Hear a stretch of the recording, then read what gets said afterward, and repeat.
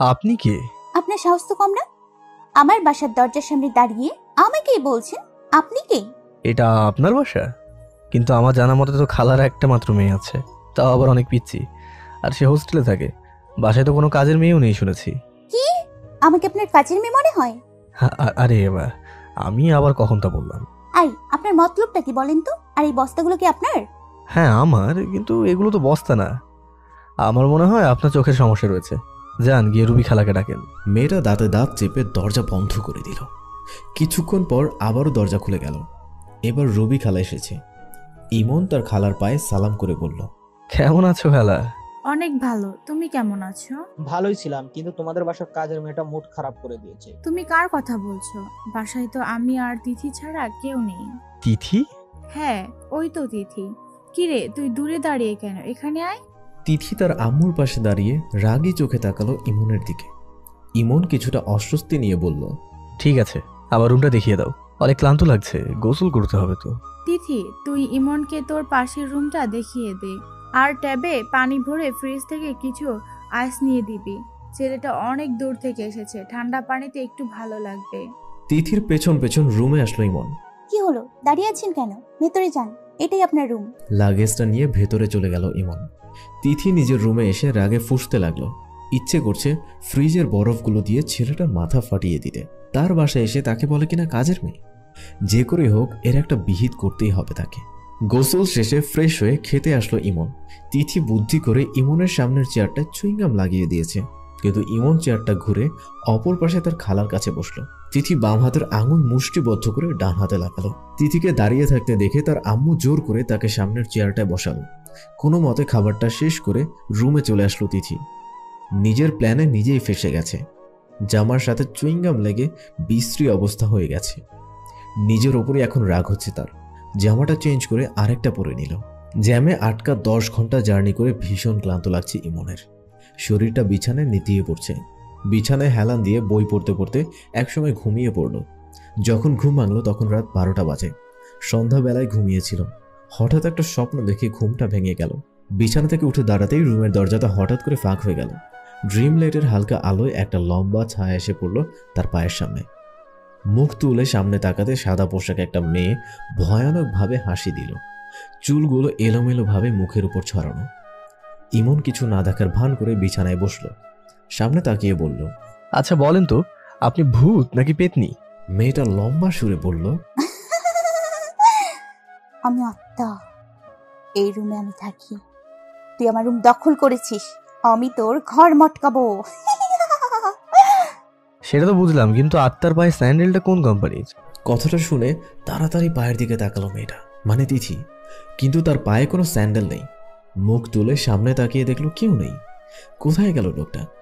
হঠাৎ পিঠে কারো স্পর্শে চমকে উঠে পেছনে তাকালো। ইমন তার মুখে হাত দিয়ে বলল, আত্মারা কি মানুষ দেখে ভয় পায়? তিথি মুখের উপর থেকে চুলগুলো সরিয়ে বলল, আপনি আমাকে চিনলেন কি করে? আগে বলো, তুমি কি সত্যি তিথি নাকি তিথির আত্মা? ইস, আত্মা পাত্তা কিছুই না, আমি তিথি। তাহলে এতক্ষণ আত্মা হওয়ার অভিনয় করছিলে কেন? কই না মানে মানে সাকার বলতে হবে না, আমি বুঝতে পেরেছি। কি বুঝেছেন? সেটা তোমার না জানলেও চলবে। এখন রুমে গিয়ে শুয়ে পড়ো, অনেক রাত হয়েছে। তিথি ইমনের রুম থেকে বেরিয়ে বারবার নিজেকে ধিক্কার দিচ্ছে। তোকে দিয়ে কিচ্ছু হবে না তিথি, ভয় দেখাতে গিয়ে নিজেই ভয় পেয়ে বসে আছিস। ইমনকে সায়স্তা করে নিয়ে ভাবতে ভাবতে একসময় ঘুমিয়ে পড়ল তিথি। পরদিন রেডি হয়ে কলেজে যাচ্ছে ইমন। নিজের কলেজ ছেড়ে এই নতুন পরিবেশে নতুন কলেজে আজ তার প্রথম দিন। রবি খালা অবশ্য আজকে কলেজে যেতে নিষেধ করেছিল, কিন্তু ইমন সেটা শোনেনি। রিক্সা নিয়ে 20 মিনিটের মাথায় কলেজ গেটে নামলো। ক্যাম্পাসের ভেতরে যেতেই একদল ছেলে তাকে ঘিরে ধরলো। তাদের মধ্য থেকে একজন বলল, কোথায় যাচ্ছ ভাইয়া? ক্লাসে যাচ্ছি। ক্লাস তো করবেই, তার আগে আমাদের ক্লাসটা করে নাও। আপনাদের ক্লাস মানে? আপনারা কি স্যার? আমরা স্যার না ভাইয়া, আমরা তো স্যারের বাবা। এখন দয়া করে আমাদের কাজটা করে দাও। কি কাজ? এই তো লাইনে এসেছো। শোনো, তুমি এখান থেকে সোজা সামনে বিল্ডিং করিডোরে চলে যাবে। তারপর সেখান থেকে ডান দিকে ঘুরবে, দেখবি কয়েকটা মেয়ে আছে। হ্যাঁ, তাদের মধ্যে প্রিয়া নামের মেয়েটাকে লেটারটা দিবে। আমার মনে হয় আপনি গেলে ভালো হবে, আপনি আমার চেয়ে ভালো চিনবেন। যা বলেছি তাই কর, না হলে কান ধরিয়ে দাড়ি করে রাখবো। ইমন আর কিছু না বলে লেটারটা হাতে নিল। ছেলেগুলোর কথা মতো সেখানে যেতে একদল মেয়ে চোখে পড়ল তার। সবগুলো মেয়ে অনেক স্মার্ট আর সুন্দরী। দেখেই বোঝা যাচ্ছে এরা বড়লোক ঘরের আদরের দুলালি মেয়ে। মেয়েগুলোর সামনে গিয়ে ইমন বলল, আপনাদের মধ্যে প্রিয়াকে? চোখ তুলে ভ্রু কুচকে তাকালো মেয়েগুলো। তাদের মধ্যে থেকে একজন বলল, তুই চিনিস প্রিয়াকে? মেয়েটার তীক্ষ্ণ কণ্ঠ আর ধারালো চাহনিতে ইমন কিছুটা ভরকে গেল। অবাক দৃষ্টিতে তাকিয়ে বলল, এই লেটারটা প্রিয়া নামের মেয়েকে দিতে বলছে। কে দিতে বলেছে? আমি চিনি না, ওইখানে একদল ছেলে আছে তারা। ঘাড় ঘুরিয়ে পেছনে ইশারা করে বলল। মেয়েটা বিদ্যুৎ গতিতে হাত থেকে লেটারটা নিল, ভাঁজ খুলে পড়ে আগুন চোখে তাকালো তার দিকে। হঠাৎ পেছন থেকে একটা মেয়ে চিঠি নিয়ে জোরে জোরে পড়তে লাগলো। Can I kiss you? হাত দিয়ে কাগজটা মুছড়ে ইমনের মুখে ছুঁড়ে মারল। রাগী চোখে তাকিয়ে বলল, কিস চাই তোর? আপনি ভুল বুঝছেন, এটা আমার চিঠি না। আমাকে একজন এটা আপনাকে দিতে বলেছে। তুই জানিস আমি কে? আমার বাবা এই এলাকার এমপি। আর তুই কি লিখেছিস? আমাকে কিস করতে চাস? খাওয়াচ্ছি তোকে কিস। মেয়েগুলো তাকে ধরে এলোপাতাড়িভাবে মারতে লাগলো। কিছুক্ষণ পর প্রিয়া সবাইকে থামিয়ে বলল, তোকে দেখে তো কলেজে নতুন মনে হচ্ছে, তাই অল্পতেই ছেড়ে দিলাম। তবে ভবিষ্যতে এ ধরনের ভুল করলে সোজা হওয়ার অবস্থায় থাকবি না। প্রিয়ার পিছু পিছু মেয়েগুলো চলে গেল। ঠোঁটের কোণে রক্তটা মুছে অস্ফুটভাবে হাসি দিল ইমন। শার্টটা ঝেড়ে ক্লাসের দিকে রওনা হলো। ক্লাসে যেতেই স্যার তাকে সামনে নিয়ে সবাইকে উদ্দেশ্য করে বলল, ওর নাম ইমন, আমাদের কলেজের নতুন, অনেক মেধাবী ছাত্র। আর যেহেতু ইমন এখানে নতুন, তাই আমি আশা করব তোমরা ওকে সব বিষয়ে সাহায্য করবে। ক্লাসের সবাই ইমনের দিকে তাকিয়ে স্যারের কথায় তাল মেলালো। সামনের বেঞ্চি পাশ কাটিয়ে যাওয়ার সময় হঠাৎ সেখানে বসা মেয়েগুলোর ওপর চোখ পড়ল ইমনের। এরাই তো তখনকার সেই মেয়েগুলো। এরা কি তার সাথে পড়ে নাকি? খানিকটা হকচকিয়ে পেছনের একটা বেঞ্চে গিয়ে বসলো। পাশ থেকে একটা ছেলে বলল, হাই ব্রো, হাই। তোমার নামটা কিন্তু অনেক সুন্দর। থ্যাঙ্কস। আমি সাদিক। ও আচ্ছা, এখন ক্লাস চলছে, পরে কথা বলি। ওকে, ক্লাস শেষে কথা বলবো। প্রিয়া পেছন ফিরে একবার ইমনের দিকে তাকিয়ে মাথাটা নিচু করে ফেলল। স্যার চলে যেতেই দুজন মেয়ে ইমনের পথ আটকে দাঁড়ালো। জি, কিছু বলবেন? বলার জন্যই তো ওরা তোর পথ আটকিয়েছে। কি বলবেন? কলেজের নতুন ছাত্র হিসেবে তোকে এখানকার নিয়ম কানুনগুলো বুঝিয়ে দিতে হবে না? কলেজের নিয়ম কানুন সব আমার জানা রয়েছে। কিন্তু এখানকার নিয়ম তোর জানা নেই। এখানে সবকিছু চলে আমার নিয়মে। আমি যা বলি সবাইকে তাই করতে হয়। আর না শুনলে তার অবস্থা কি হতে পারে তার কিছুটা হয়তো তুই বুঝতে পেরেছিস। ইমন মাথাটা নিচু করে আস্তে করে তার কথায় সম্মতি জানালো। ক্লাসের বাইরে আসতে সাদিক দৌড়ে তার পাশে এসে হাঁটতে লাগলো। বিয়ার কথায় তুমি কিছু মনে করো না, আসলে বাবা এমপি তো, তাই একটু ক্ষমতার গরম দেখায়। কলেজের সবাই কেন সবকিছু সহ্য করে? সবাই মিলে প্রতিবাদ করলেই তো হয়। তবুও কিছু হবে না। এর আগে অনেকে এরকম করার চেষ্টা করেছে, তাদের সবার অবস্থান হসপিটালে, না হয় জেলে হয়েছে।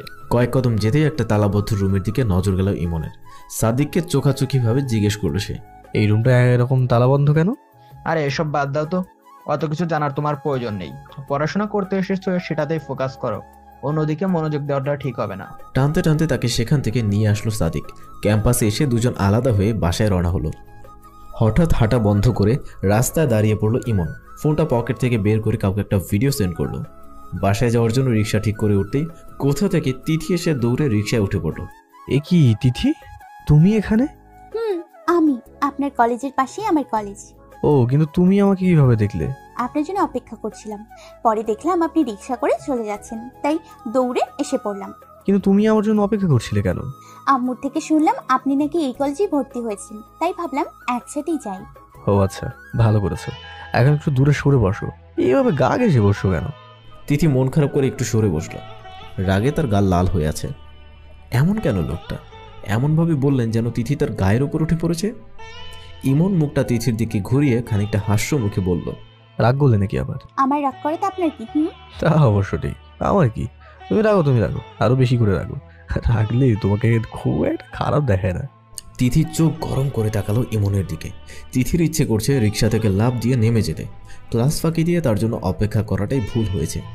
আচমকাই ইমন বলল, বাসার নিচে এসে পড়েছি, নামো। তিথি রিক্সা থেকে নেমে হন হন করে ভেতরে চলে গেল। রিক্সার ভাড়াটা মিটিয়ে বাসার ভেতরে চলে আসলো ইমন। ড্রয়িং রুম থেকে রুবি খালা ডেকে বলল, তুই ফ্রেশ হয়ে আয়, আমি খাবার বেড়ে দিচ্ছি। 2 লোকমা ভাত মুখে দিতে রুবি খালা বাটি থেকে সবজি দিল। এটা ইমনের প্রিয় একটা খাবার। মুরগির মাংস ছোট পিস করে কয়েক রকমের সবজি দিয়ে ভাজি করা হয়েছে। ইমন তার খালার দিকে তাকিয়ে জিজ্ঞেস করলো, তিথি কোথায়? সে খাবে না? ওর কোনো ঠিক ঠিকানা নেই, যখন খুশি খাবে। তবু একসাথে খেলে ভালো হতো। ওর নাকি এখন খিদা লাগেনি, তাই পরে খাবে। ও আচ্ছা। ইমন, একটা কথা ছিল। বলো।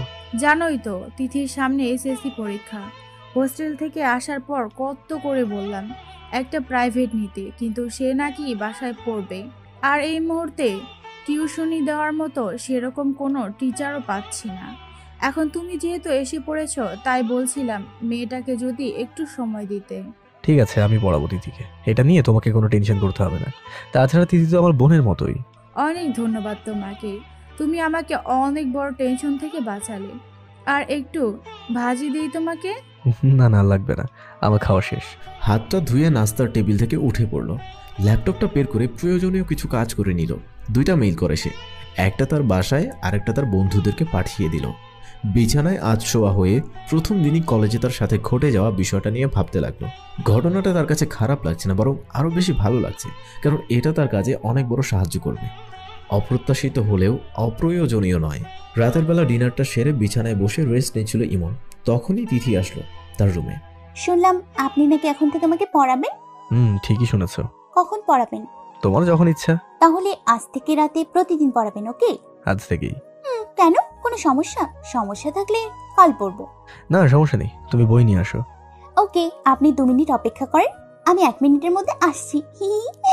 রুমে গিয়ে ফিজিক্স আর ম্যাথ বই নিয়ে আসলো তিথি। বইগুলো ইমনের দিকে বাড়িয়ে বলল, স্যার এই নিন। স্যার মানে? আমাকে ভাইয়া বলে রাখবে, আমি তোমার বড় ভাই। কিসের বড় ভাই? আপনি কি আমার মায়ের পেটের ভাই নাকি? আমি তো তোমার খালাতো ভাই। খালাতো ভাই হয়েছেন তো কি হয়েছে, আমি ভাইয়াটা বলতে পারবো না। স্যার বলেই ডাকবো। ওকে, তোমার যা ইচ্ছে ডেকো, এখন পড়াশোনায় মনোযোগ দাও। প্রথম দিন বলে কিছুক্ষণ পড়িয়ে ছুটি দিল তিথিকে। আজ বড্ড তাড়াতাড়ি চোখ দুটো লেগে আসছে। ইমন বিছানায় শুয়ে নিজের অজান্তে একসময় ঘুমের রাজ্যে পাড়ি জমালো। চোখে আলোর ঝলকানিতে ঘুম ভেঙে গেল ইমনের। বারান্দার দিকে তাকিয়ে জানালার পর্দা সরানো, সেদিক দিয়ে সূর্যের আলো আসছে চোখে।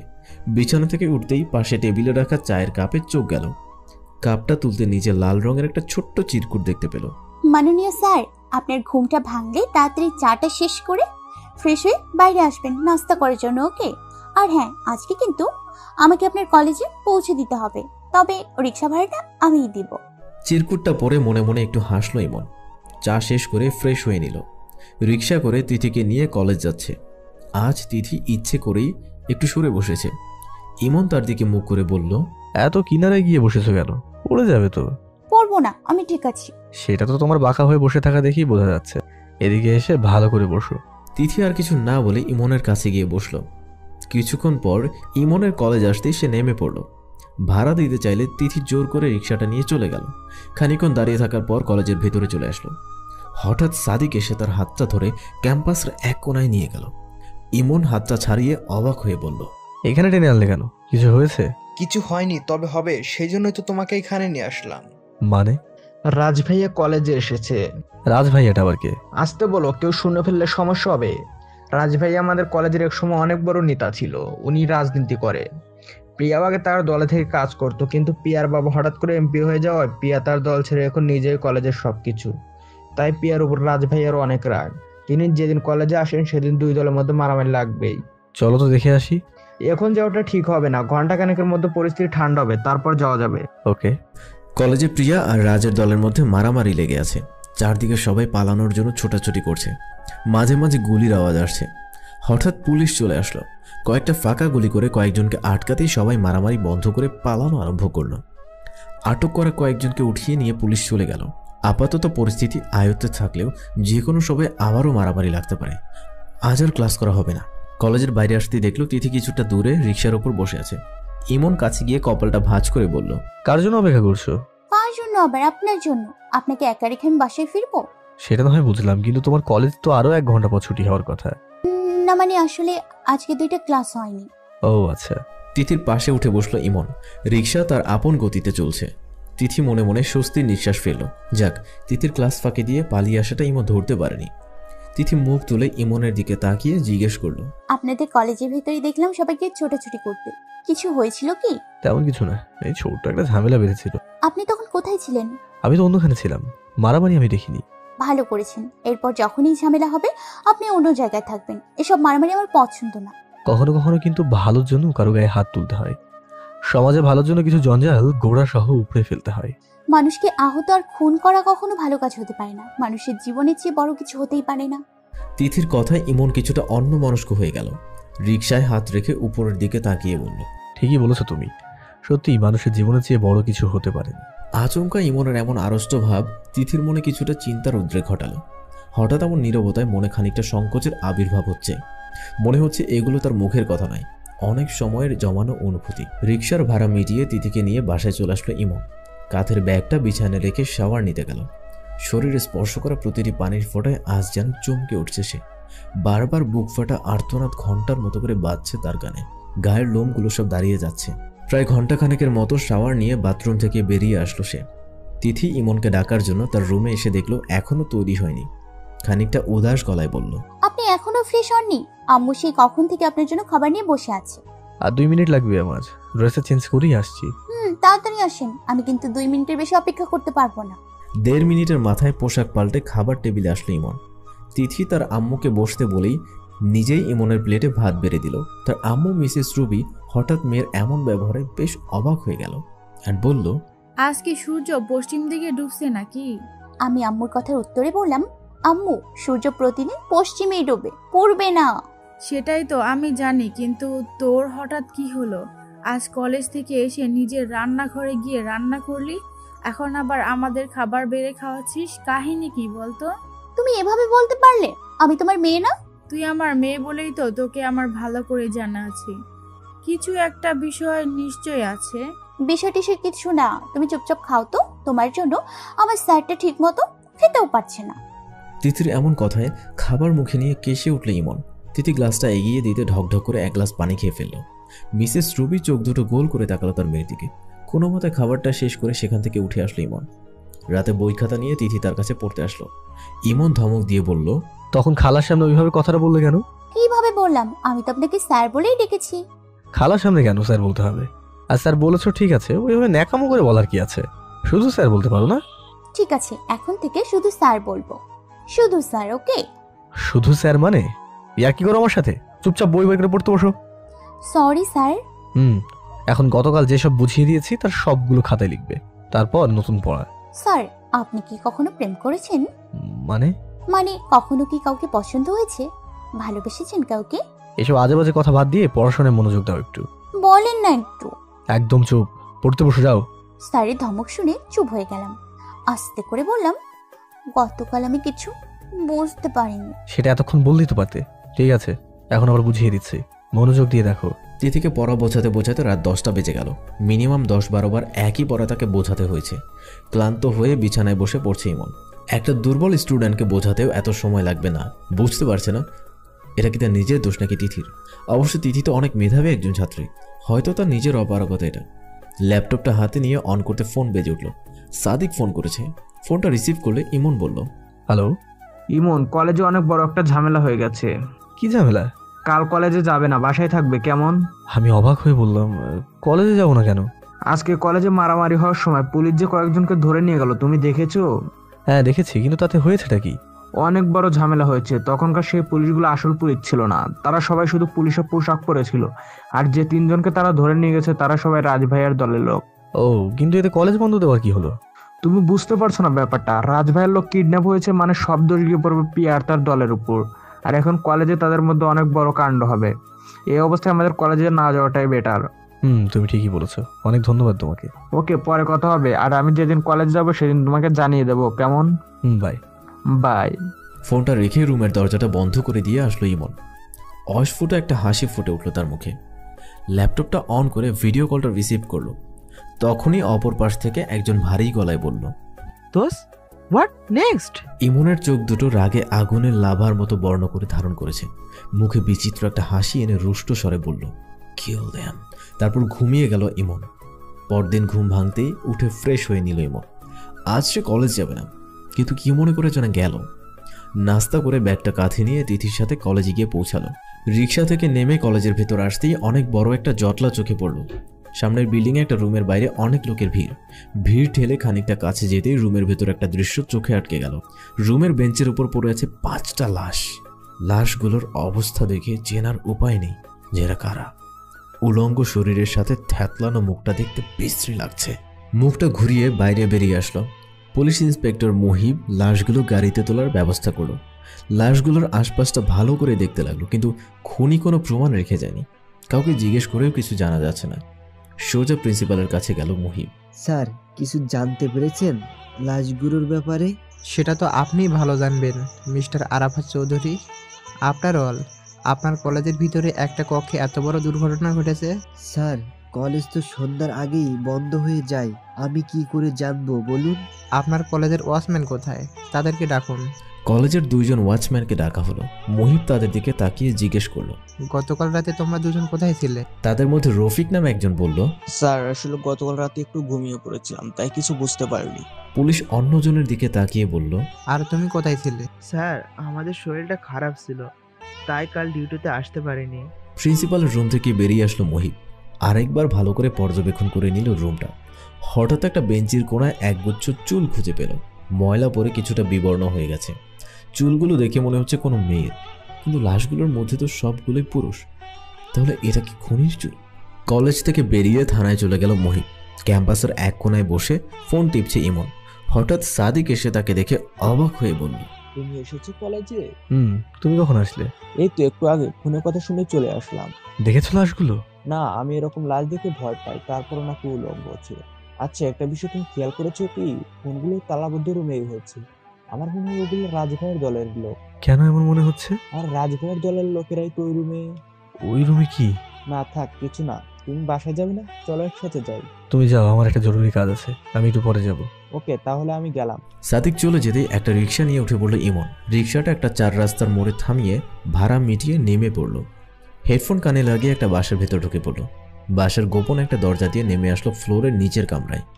আবছা আলোয় দুটো অসহায় মুখ ভেসে উঠল তার সামনে। চেয়ারে পা দুলিয়ে বসে পড়ল ইমন। চোখ দিয়ে যেন তার আগুন বের হচ্ছে। পাশ থেকে রাফি বলল, দোস্ত, এরা দুজন তোর সাথে কথা বলতে চায়। তাদের চোখের দিকে তাকিয়ে বললাম, কি কথা? তখনই তাদের মধ্যে একজন বলে উঠল, ভাই, আপনি আমাদের জীবন বাঁচিয়েছেন, আপনার ঋণ আমরা কোনোদিনও শোধ করতে পারবো না। কথাটা শুনে ভয়ানকভাবে হেসে উঠল ইমন। পাশ থেকে পিস্তলটা হাতে নিয়ে বলল, তোদের জীবন দিয়ে শোধ করতে পারবি? মানে খুব সোজা, ডু অর ডাই। তোদের কপাল খুব খারাপ যে তোরা ডাই অপশনটাকেই বেছে নিয়েছিস, তাই তোদের এখন মরতে হবে। ভাই, আমরা কি করেছি? কেন আমাদের মারতে চাইছেন? সেটা উপরে গিয়ে হিসাব করবি। শুধু এইটুকু জেনে রাখ, তোদের বাঁচিয়েছি আমি নিজের হাতে খুন করার জন্য। একে একে 4টা গুলি বের হলো বন্দুক থেকে। 2টা নিথর দেহ পড়ে আছে রুমটায়। তাজা রক্ত ভেসে বেড়াচ্ছে মেঝেতে। ইমনের ইচ্ছে করছে মৃত লাশগুলোকে খুবলে খেতে, ছিন্ন বিচ্ছিন্ন করে দিতে তাদের দেহ। রাফি ইমনকে উদ্দেশ্য করে বলল, এদেরকে এত সহজে মারতে দেওয়াটা ঠিক হয়নি। ভয়ঙ্কর কষ্ট দিয়ে মারা উচিত ছিল এসব জানোয়ারদের। আর ইমন, তুই বাসায় চলে যা, তোর খালা চিন্তা করতে পারে, আমরা এদের সামলাচ্ছি। 2 জন শিকারের ছবিতে ক্রস চিহ্ন এঁকে দিল ইমন। চেইন রিয়াকশনের মতো শুরু হয়ে গেছে এই মৃত্যু খেলা। একে একে শেষ করতে হবে সবগুলো নরপশুকে। মৃত্যুই এদের একমাত্র শাস্তি। কিছু অপবিত্র জঞ্জালের মৃত্যুতে যদি এই সমাজটা পরিষ্কার হয়, তাতে কোনো ক্ষতি নেই। আস্তানা থেকে রাস্তায় বেরিয়ে আসলো ইমন। খানিকটা পথ পায়ে হেঁটে এসে রিক্সা নিয়ে বাসায় চলে আসলো। রবি খালা ইমনকে দেখে ব্যস্ত হয়ে পড়ল। তিথি কোথায়? তিথি এখনো বাসায় ফেরেনি? না, আমি তো ভেবেছিলাম তিথি তোমার সাথে আসবে। রবি খালার কথায় মনে দুশ্চিন্তা ভয় করল ইমনের। বিকেল হয়ে গেছে, এখনো তিথি বাসায় ফেরেনি। কোথায় গেল মেয়েটা? নাকি কোনো বিপদ হয়েছে? বিপদের কথা মাথায় আসতে বুকটা কেঁপে উঠল ইমনের। তাড়াতাড়ি বাসার নিচে এসে রিক্সা নিয়ে তিথির কলেজে যাওয়ার জন্য রওনা হলো। তিথির কলেজের খানিকটা আগেই ইমনের কলেজ পড়ে। সেখানে আসতেই দেখলো কাঁধে ব্যাগ নিয়ে কলেজ গেটের এক কোনায় দাঁড়িয়ে আছে তিথি। মেয়েটার কি কাণ্ড জ্ঞান বলে কিচ্ছু নেই। কোনো মতো একটা কন্ট্রোল করে তিথিকে রিক্সা উঠতে বলল। আপনি চলে যান, আমি আপনার সাথে যাব না। তাহলে কার সাথে যাবে? আমি একাই যাব। একাই যদি যাবে তাহলে এতক্ষণ ধরে দাঁড়িয়েছিলে কেন? বাসায় চলে যেতে পারোনি? আমার ইচ্ছে হয়েছে, দাঁড়িয়ে আছি, তাতে আপনার কি? আর আমার যখন মন চাইবে তখন বাসায় যাব। ঠিক আছে, তোমার যখন ইচ্ছা বাসায় যেও, কিন্তু এখানে বেশিক্ষণ দাঁড়িয়ে থেকো না। যে কোনো সময় বড় ধরনের বিপদ হতে পারে, তখন কিন্তু আমি কিছু করতে পারবো না। চোখ ঘুরিয়ে ইমনের দিকে তাকিয়ে রিক্সায় উঠে পড়ল তিথি। বাইরের দিকে তাকিয়ে চুপচাপ বসে আছে। কিছু অবাধ্য চুল বারবার তার কপাল এসে পড়ছে, সেগুলোই হাত দিয়ে সরিয়ে দিচ্ছে তিথি। ইমন তার দিকে মুখ ফিরিয়ে বলল, আচ্ছা সরি, আমারই ভুল হয়ে গেছে। তিথি পূর্বের ভঙ্গিতে মুখে তালা মেরে বসে আছে। তার পক্ষ থেকে কোনো উত্তর না পেয়ে ইমন আবারও বলল, সরি বললাম তো, আমার ভুল হয়ে গেছে। তোমাকে রেখে বাসায় যাওয়াটা আমার ঠিক হয়নি। আপনাকে সরি বলতে হবে না। আমি আপনার কি হই যে আমার জন্য আপনি অপেক্ষা করবেন? তিথির কথার প্রত্যুত্তরে চুপ হয়ে গেল ইমন। রিক্সা থেকে নেমে বাসার ভেতরে চলে গেল। রবি খালা কিছু বলার আগেই নিজের রুমে চলে গেল তিথি। রবি খালা ইমনের দিকে তাকিয়ে চোখাচোখিভাবে জিজ্ঞেস করলেন যে তিথির কি হয়েছে। তখন ইমন তার খালার কাঁধে হাত রেখে বলল, তেমন কিছু না, তুমি এসব নিয়ে টেনশন করো না তো। তুমি খাবারটা বেড়ে দাও, খুব খিদে পেয়েছে। তুমিও হাত মুখ ধুয়ে ফ্রেশ হয়ে আসো, আমি ভাত বেড়ে দিচ্ছি। ফ্রেশ হয়ে নিচে এসে খাবার খেয়ে নিল ইমন। তিথি রুমে দরজা বন্ধ করে আছে। রাতে অনেকক্ষণ অপেক্ষা করার পরও তিথি পড়তে আসলো না। রুবি খালাকে ডাকাতে তিনি এসে বলল তিথি নাকি আজ পড়বে না। কিছুটা অবাক হয়ে নিজের রুমে চলে আসলো ইমন। হঠাৎই তিথির এমন আচরণে ঠিক বুঝতে পারছে না ইমন। বিছানায় শুয়ে পাশ ফিরছে ইমন, কিন্তু ঘুম আসছে না। বেশ কিছুক্ষণ পর বিছানা থেকে উঠে ছাদে যাওয়ার জন্য পা বাড়ালো। ছাদের এক পাশের কিনারে কেউ পেছনে ফিরে তাকিয়ে আছে। কাছে গিয়ে বুঝতে পারলো এটা তিথি। পেছনে দাঁড়িয়ে ইমন বলল, এত রাতে এখানে কি করছো? আচমকা ইমনের কণ্ঠে চমকে উঠল। হাত উল্টো পাশে দিয়ে গালের উপরে নোনা জল মুছে বলল তিথি, কিছু না, এমনিই দাঁড়িয়ে আছি। তোমার কি কিছু হয়েছে? বিকেল থেকে দেখছি মন খারাপ করে আছো। কেউ কি কিছু বলেছে নাকি? না, কেউ কিছু বলেনি। তাহলে মন খারাপ কেন? সেটা আপনি বুঝবেন না। না বললে কিভাবে বুঝবো? একবার তো বলো। আপনার জন্য আমার মন খারাপ। ইমন খানিকটা অবাক হয়ে গেল এন্ড বলল, আমার জন্য মানে? বলেছিলাম না আপনি বুঝবেন না। তিথি, তুমি আসলে কি বলতে চাইছো একটু খোলাসা করে বলো তো। আপনাকে সেদিন প্রথম দেখার পর থেকে আমার সবকিছু পরিবর্তন হয়ে গেছে।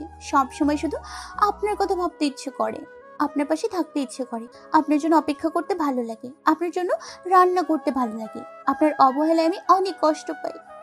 আমার সাথে কেন এসব হচ্ছে আমি জানি না, কিন্তু আমার মনে হচ্ছে আপনাকে ছাড়া আমি থাকতে পারবো না, আমার দম বন্ধ লাগবে। তিথি একদমে বলে কথাগুলো শুনে হতভম্ব হয়ে গেল ইমন। বিস্ময় ভাব ফুটে উঠছে তার চোখে মুখে। ইমন তিথির দিকে তাকিয়ে বলল, তুমি কি আমাকে ভালোবেসে ফেলেছো? আমি জানি না, কিন্তু যদি এগুলোকে ভালোবাসা বলে তাহলে হ্যাঁ, আমি আপনাকে ভালোবাসি, অনেক ভালোবাসি। তা হয় না তিথি, তুমি ভুল পথে পা বাড়িয়েছ। ভালোবাসাটা কি অন্যায়? এটা ন্যায় অন্যায়ের বিষয় নয়। কারো সম্পর্ক না জেনে তাকে মন দিয়ে ওটা বোকামি ছাড়া আর অন্য কিছুই তো না। যদি আপনার ভালোবাসা পাওয়ার জন্য আমাকে বোকা হতে হয়, তাহলে আমি 1000 বার বোকা হতেও রাজি আছি। তুমি যুক্তি ছাড়া কথা বলছো। আমার মনে হচ্ছে তোমার শরীর খারাপ, তোমার বিশ্রামের প্রয়োজন রয়েছে। যুক্তি আর হিসাব দিয়ে ম্যাথস হয় না, ভালোবাসা হয় না। কিন্তু আমি তোমাকে ভালোবাসি না, তাই আমি চাই এই বিষয়টা নিয়ে দ্বিতীয়বার আর কথা না হোক। কেন ভালোবাসেন না? কি সমস্যা আপনার? দেখো তিথি, তোমার কাছে আমাকে ভালোবাসা যেমন কোনো যুক্তি নেই, তেমনই আমার কাছেও কোনো যুক্তি নেই। তুমি আমার কাজিন, তাই বিষয়টা আর আমি এগোতে চাই না। কথাগুলো বলেই ছাদ থেকে নেমে সোজা রুমে চলে আসলো ইমন। তিথির কাছ থেকে এরকম একটা কথা সে কখনো কল্পনাও করতে পারেনি। এটা কিছুতেই সম্ভব হতে পারে না। তিথিকে সবসময় সে নিজের ছোট বোনের মতোই দেখেছে। বুঝতে পারছে না কলেজে পাওয়া এই লাশগুলো কাদের হতে পারে, আর এই খুনগুলোই বা কে করলো। সেদিন কলেজে পুলিশগুলোর বিষয়েও ইমন কিছু জানতে পারেনি। সবকিছু তার কাছে রহস্যই রয়ে গেছে। কেউ একজন আড়াল থেকে এই গেমটা খেলতেছে, কিন্তু কে সেই ব্যক্তি? কে সেই ছদ্মবেশী গ্যাংস্টার? সারাদিন বাসায় বসে বিকেলের দিকে বের হলো ইমন। সাদিক তার কাছ থেকে কিছু লুকাতে চাইছে। ওই তালাবদ্ধ রুমের কিছু একটা রহস্য নিশ্চয়ই আছে, নাহলে কেন বারবার বলতে চেয়েও থেমে যাচ্ছে সাদিক। ফোনটা বের করে সাদিকের নাম্বারে ডায়াল করলো, কিন্তু ফোন বন্ধ বলছে।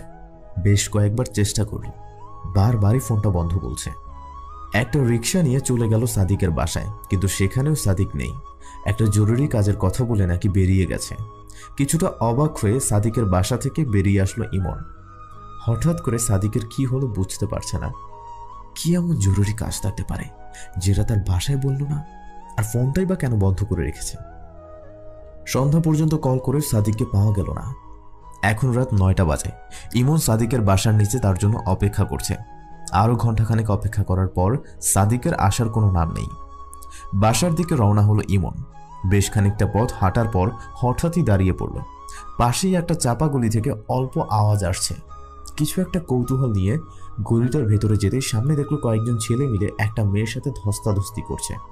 ছেলেগুলো ইমনকে দেখে হঠাৎ থেমে গেল, রাগী স্বরে বলল, এখানে কি চাই? ভালোই ভালোই বলছি, কেটে পড় এখান থেকে। মাথা তুলে তার দিকে তাকালো ইমন। তার মুখের দিকে তাকিয়ে ছেলেগুলোর ভয়ের গলা শুকিয়ে আসতে লাগলো। অন্ধকারে ইমনের চোখ দুটো লাল বর্ণ ধারণ করেছে, আগুনের মতো করে চোখে লাল আলো ছড়িয়ে পড়েছে।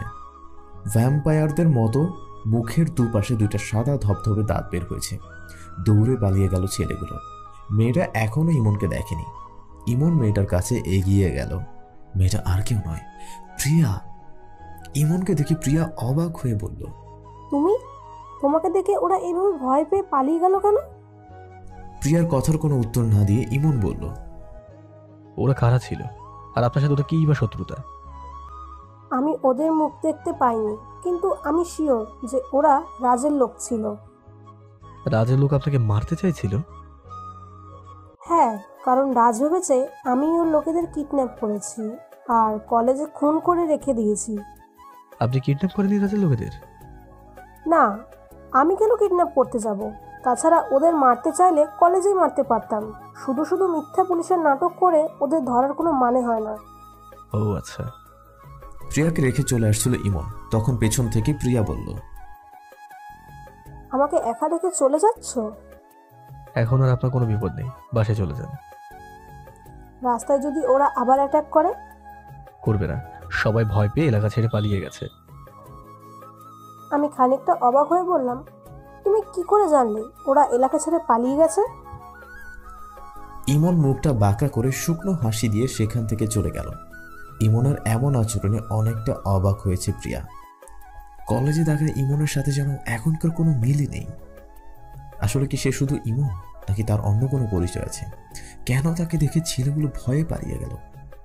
মনে কৌতূহল নিয়ে বাসায় চলে আসলো প্রিয়া। তার বাবা মিস্টার লাবিব মেয়ের দিকে তাকিয়ে বলল, কি রে মা, এত দেরি হলো কেন বাসায় আসতে? আসলে রাস্তায় গাড়িটা খারাপ হয়ে গিয়েছিল, তাই একটু দেরি হলো। আমাকে ফোন করলেই পারতিস, একটা গাড়ি পাঠিয়ে দিতাম। আব্বু বাদ দাও তো, শরীরটা অনেক ক্লান্ত লাগছে। শরীফাকে বলো আমি রাতে কিছু খাবো না। তারপর ড্রেসটা চেঞ্জ করে ফ্রেশ হয়ে নিলাম। ইমনের কথা খুব মনে পড়ছে। ছেলেটার সাথে সেদিন ওরকম ব্যবহার করাটা ঠিক হয়নি। এখন নিজের কাছেই খারাপ লাগছে। যে করেই হোক ইমনের কাছে আমাকে ক্ষমা চাইতেই হবে। ঘড়ির কাঁটা টিকটিক করে পার হচ্ছে। ঘন্টার কাঁটাটা প্রায় 1টার কাছে পৌঁছে গেছে। তিথি এখনো জাগ্রত আছে বিছানায়। চোখের জল গাল বেয়ে থুতনিতে জমা হয়ে শুকিয়ে গেছে। আজ সারাদিন একবারও সে ইমনকে দেখেনি। মনটা বারবার ছটফট করছে তার কাছে যেতে, কিন্তু ইমন তো তাকে ভালোবাসে না। তাহলে কোন অধিকারে যাবে তার সামনে? মনে মনে নিজেকে প্রশ্ন করলো তিথি। আমি কি এতটাই অপছন্দ তার কাছে যে আমাকে ভালোবাসা যায় না? অনেক ভেবেও নিজেকে সামলে রাখতে পারল না। উঠে চলে গেল ইমনের রুমের সামনে। দরজাটা ভেতর থেকে বন্ধ করা। নক করার সাহস হচ্ছে না। একবার ভাবলো ফিরে যাবে, কিন্তু পরক্ষণেই সিদ্ধান্ত পাল্টে যেই দরজায় নক করবে তখনই ভেতর থেকে একটা অদ্ভুত শব্দ আসলো তার কানে। মনে হচ্ছে ভেতরে কেউ একজন কান্না করছে, কিন্তু কণ্ঠটা তিতিরের কাছে অপরিচিত। এটা কিভাবে সম্ভব হতে পারে? ভেতরে তো ইমন ছাড়া আর কেউ নেই। তাহলে তিথি কার কণ্ঠ শুনতে পেল? অবাক হয়ে দরজায় নক করতে লাগলো তিথি। এমন সময় হঠাৎ মনে হলো তিথির পাশ দিয়ে দ্রুত গতির কিছু একটা চলে গেল। ভয়ে তিথির ঘাম ছুটে যাওয়ার অবস্থা। শরীরের প্রায় সমস্ত শক্তি দিয়ে দরজায় জোরে জোরে নক করছে, কিন্তু ভেতর থেকে ইমন দরজাটা খুলে দিতে তিথির ইমনের উপর ঝাঁপিয়ে পড়ল। শরীরের সর্বশক্তি দিয়ে জড়িয়ে ধরল ইমনকে। মনে হচ্ছে ইমন তাকে মৃত্যুর হাত থেকে বাঁচিয়েছে। কি হয়েছে তোমার? কোনো দুঃস্বপ্ন দেখেছো? আমার রুমে আবার কে থাকবে? আমি ছিলাম। আমি স্পষ্ট শুনেছি কেউ একজন আপনার রুমে কাঁদছিল। কে সে? কি সব আবল তাবল বকছো? আমার রুমে কে কাঁদবে? আমি ছাড়া তো এখানে কেউ ছিল না, আর আমি ঘুমিয়েছিলাম এতক্ষণ। তাহলে কি আমি ভুল শুনেছিলাম? অবশ্যই। তুমি এক কাজ করো, রুমে গিয়ে শান্তি মতো একটা ঘুম দাও, দেখবে সব কিছু ঠিক হয়ে যাবে। না, আমি আপনার সাথে থাকবো। আমার খুব ভয় করছে। কিসের ভয়? আমি একটু আগে ভূত দেখেছি। ভূত? কেমন দেখতে ভূত? আমি দেখিনি, কিন্তু বুঝতে পেরেছি সে আপনার পাশ দিয়ে চলে গেছে। বুঝেছি। তোমাকে কোথাও যেতে হবে না, এখানে ঘুমিয়ে পড়ো, আমি সোফায় যাচ্ছি। না প্লিজ, আপনি আমার সাথে ঘুমান, নইলে আমার ঘুম হবে না। আমি থাকতে পারবো না একা। তিথির মুখের উপর তাকিয়ে দেখলো ভয়ে তার চোখ মুখ চুপসে গেছে। মনে হচ্ছে সত্যি কোনো একটা বিষয় নিয়ে সে অনেক ভয় পেয়েছে। আর কিছু না বলে বিছানায় তিথির পাশে শুয়ে পড়ল। লাইটটা অন রেখে ঘুমিয়ে পড়ল দুজন। নিজের মাথাটা ইমনের বুকের উপর রেখে শক্ত করে জড়িয়ে ধরে আছে তিথি। ইমনের ঘুম ভাঙতেই তিথিকে এই অবস্থায় দেখে প্রথমে চমকে উঠলেও কিছু বলল না সে। মনে হচ্ছে কোনো ঘুমন্ত পরী তার বুকের সাথে মিশে গেছে। অদ্ভুত এক ধরনের ভালো লাগা কাজ করছে ইমনের। ইমনের ইচ্ছে করছে হাত দিয়ে তাকে আরো গভীরভাবে জড়িয়ে নিতে। নিজেকে সামনে নিয়ে আস্তে করে ডাকলো তিথিকে। ইমনের হালকা ধাক্কায় তিথি আরো শক্ত করে জড়িয়ে ধরে ঘুম জড়ানো কণ্ঠে বলতে লাগলো, আম্মু ডিস্টার্ব করো না তো, কলেজের অনেক দেরি আছে। আম্মু মানে কি সব বলছো এসব? ইমনের কণ্ঠটা শুনে চোখ মেলে জিহ্বায় কামড় দিয়ে বলল, সরি, আমি ভেবেছিলাম আম্মু। আচ্ছা ঠিক আছে, এখন ওঠো, ফ্রেশ হতে হবে। ইমনের বুকে নিজেকে দেখে লজ্জা ভাব ফুটে উঠল তার চেহারায়। ইমনকে ছেড়ে প্রায় দৌড়ে বেরিয়ে গেল রুম থেকে। বাথরুমে গিয়ে ফ্রেশ হয়ে এসে বিছানায় বসতেই হঠাৎ ইমনের ফোনটা বেজে উঠল। গতকাল সাদিকের ব্যাপারে তাকে জানানোর জন্য সাদিকের আম্মুকে তার নাম্বারটা দিয়ে এসেছিল, তিনিই কল করেছেন। ইমন ফোন রিসিভ করে সালাম দিতে অপর পাশে কান্নায় ভেঙে পড়ল সাদিকের আম্মু। এ কি আন্টি, আপনি কাঁদছেন কেন? কি হয়েছে? কি হয়েছে সাদিকের? সাদিক খুন হয়েছে? হাতের ফোনটা আশ্রয় পড়ল ফ্লোরে। বিছানায় ধপাস করে বসে পড়ল ইমন। নিজের কানকেই বিশ্বাস করতে পারছে না। সাদিককে কেন খুন করবে? কার সাথে তার শত্রুতা থাকতে পারে? ইমন বাসা থেকে বেরিয়ে সাদিকের বাসায় উদ্দেশ্যে রওনা হলো। ইমনের বাসা আর সাদিকের বাসা রাস্তার মাঝে তাদের কলেজ। ইমন কলেজের সামনে এসে রিক্সা থেকে নেমে পড়ল। কলেজ তো বন্ধই ছিল, তাহলে এত ভিড় কেন ভিতরে? ইমন অবাক হয়ে কলেজের ভেতরে গেল। ভিড় ঠেলে অনেকটা ভেতরে যেতে স্তম্ভিত হয়ে গেল ইমন। তার চোখ মুখ শক্ত হয়ে যাচ্ছে। আরো দুটো লাশ। রহস্যময় সেই রুমটাতে পড়ে আছে আরো দুইটা ছেলের লাশ। দেখে মনে হচ্ছে বুকে গুলি করে মারা হয়েছে এদের। ইমনের পা থেকে মাথা পর্যন্ত কাঁপতে লাগলো। বুঝতে পারছে না তার চারপাশে কি হচ্ছে, কেনই বা এত খুন হচ্ছে। সবকিছু তার কাছে একটা দুঃস্বপ্নের মতো মনে হচ্ছে। কলেজের গেটে আসতে হঠাৎ একটা গাড়ি এসে থামলো ইমনের সামনে। গাড়ির ভেতর প্রিয়াকে দেখে ঘুরে যাচ্ছিল। তখনই প্রিয়া পেছন থেকে ডাক দিল। ইমন দাঁড়িয়ে পড়ল সেখানে, অবাক দৃষ্টিতে তাকিয়ে বলল, জি বলুন। আমাকে দেখে এভাবে পালিয়ে যাচ্ছ কেন? না, পালিয়ে না, আসলে আমি দেখতে পাইনি আপনাকে। ও ঠিক আছে, এখন গাড়িতে ওঠো। গাড়িতে কেন উঠবো? আসলে আমি একটু শপিংয়ে যাব, তাই ভাবলাম তোমাকে নিয়ে যাই। আর গতকাল তো তোমাকে থ্যাঙ্কসও বলতে পারিনি। আজকে সেই উপলক্ষে তোমাকে একটা সারপ্রাইজ দিব। আমাকে সারপ্রাইজ দেবেন? কিন্তু কেন? তুমি যদি গতকাল সেখানে না যেতে তাহলে ওরা আমাকে মেরে ফেলতো। সত্যি তুমি অনেক ভালো একটা মানুষ, আর সেদিন তোমার সাথে খারাপ আচরণের জন্য আমি অনেক দুঃখিত। বিশ্বাস করো, এজন্য সারা রাত আমি ঘুমাতে পারিনি। আপনার কথা আমি কিছুই বুঝতে পারছি না। গতকাল কোথায় গিয়েছিলাম আমি, আর কারা আপনাকে মেরে ফেলবে? আমি জানি তুমি আমার উপর রাগ করে আছো। রাগ করাটাই স্বাভাবিক, কিন্তু বিশ্বাস করো, আমি সত্যি আমার ভুলটা বুঝতে পেরেছি। তুমি আমার জীবন বাঁচিয়েছ, এজন্য আমি তোমার কাছে সারা জীবনের জন্য ঋণী হয়ে থাকবো। দেখুন, আমি সত্যিই আপনার কথা কিছু বুঝতে পারছি না, আর আমি কারো জীবন বাঁচাইনি। গতকাল আপনার সাথে আমার দেখাও হয়নি, সো প্লিজ আমাকে বিরক্ত করবেন না। আমি আপনার সাথে কোনো কোথাও যেতে পারবো না এখন। কথাগুলো বলেই প্রিয়ার সামনে থেকে চলে গেল ইমন। প্রিয়া হতভাগ হয়ে সেখানে দাঁড়িয়ে রইল। ইমন তার সাথে মিথ্যে কেন বলল? কেন গতকাল রাতের ঘটনাটা অস্বীকার করল? শুধু কি তার উপর রাগ করে সে বলল, নাকি এর পিছনে অন্য কোনো কারণ আছে? অজানা সব প্রশ্নে ঘুরে বেড়াচ্ছে তার মাথায়। শপিংয়ে যাওয়ার সিদ্ধান্ত বাতিল করে গাড়িটা নিয়ে বাসায় রওনা হলো। দুপুরের রোদে রাস্তার ফুটপাত দিয়ে হেঁটে যাচ্ছে ইমন। চারপাশে ঘটে যাওয়া অদ্ভুত সব বিষয় নিয়ে ভাবছে সে। প্রিয়ার বলা কথাগুলো নিয়ে ভাবছে। গতকাল প্রিয়ার সাথে তার দেখা হয়নি, তাহলে প্রিয়া কেন বলল যে তার জীবন বাঁচিয়েছে সে? আবার তিথির কথা মতো তার রুমে কেউ কান্না করছিল, অথচ সে ছাড়া রুমে আর কেউ ছিল না। তাহলে কি তার সাথে অলৌকিক কিছু ঘটছে? শরীরটা হালকা কেঁপে উঠল তার। শরীরের লোমগুলো যেন দাঁড়িয়ে যাচ্ছে। কপালে বিন্দু বিন্দু ঘাম জড়ো হয়েছে। মাথার পেছনে ঘাড়ের উপর থেকে চুইয়ে পড়ছে ঘাম। সাদিকের বাসায় ফোন করে জানলো লাশটা নাকি এখনো হসপিটালে আছে। একটা রিক্সা নিয়ে হসপিটালে পৌঁছে গেল ইমন। রুমালটা দিয়ে মুখের ঘাম মুছে নিল। ইন্সপেক্টর মহিব ইমনকে দেখে এগিয়ে এসে বলল, আপনি কে? আমার নাম ইমন, আমি আর সাদিক একই সাথে পড়ি। সাদিকের খুনের ব্যাপারে আপনি আমাদের কিছু বলতে পারবেন? কার সাথে সাদিকের শত্রুতা ছিল? সাদিকের সাথে আমার সম্পর্ক মাত্র কয়েকদিনের। এই কয়েকদিনের সম্পর্কে যতটুকু জানতে পেরেছি, খুব সহজ সরল একটা ছেলে। কিন্তু কিন্তু কি? একটা বিষয় সাদিক আমার কাছ থেকে লুকাতে চাইতো। কি বিষয়? কলেজে যেই রুমে লাশগুলো পাওয়া গেছে সেই রুমের কিছু একটা রহস্য আছে, যে সাদিক আমাকে বলতে চায়নি। আমি কিছুটা অবাক হয়ে বললাম, এমন তো নয় যে ওই খুনগুলোর সাথে সাদিকের খুনের কোনো সম্পর্ক আছে? আমি জানি না, তবে আমারও কিছুটা এরকমই মনে হচ্ছে। আপনার কন্ট্যাক্ট নাম্বারটা দিন, যে কোনো সময় দরকার হলে আপনাকে ডেকে নেব। মুহিবকে ফোন নাম্বারটা দিয়ে লাশ ঘরে চলে গেল ইমন। সাদা কাপড়টা সরিয়ে শেষবারের মতো দেখে নিল সাদিককে। বুকের ভেতরটা ছ্যাদ করে উঠল তার। হসপিটাল থেকে বেরিয়ে আসলো, রাত 9টা বেজে গেছে। এখনো বাসায় ফিরেনি ইমন। রাস্তা দিয়ে আনমনে হাঁটছে, হাজারটা প্রশ্ন ঘুরপাক খাচ্ছে তার মাথায়। ধীরে ধীরে রহস্যটা আরো বেড়ে যাচ্ছে, সাথে বাড়ছে খুনের সংখ্যাও। এর পরবর্তী শিকার কে হবে কে জানে। হতে পারে তার নামও এই তালিকায় আছে। চারদিকে সুনসান পরিবেশের মধ্য দিয়ে সরু নির্জন একটা রাস্তায় হাঁটতে হাঁটতে একটা অদ্ভুত চিন্তা মাথায় আসছে তার। ইটের তৈরি রাস্তার অনেকাংশ ক্ষয়ে গেছে। রাস্তার দুপাশ দিয়ে পুরানো আমলের কিছু বিল্ডিং। কিছু দূর পথ এগোতেই হঠাৎ তার সামনে দিয়ে কালো ছায়ার মতো কিছু একটা চলে গেল। ছায়াটা এত জোরে চলে গেল যে এক মুহূর্তের জন্য তার চোখে পড়েছে।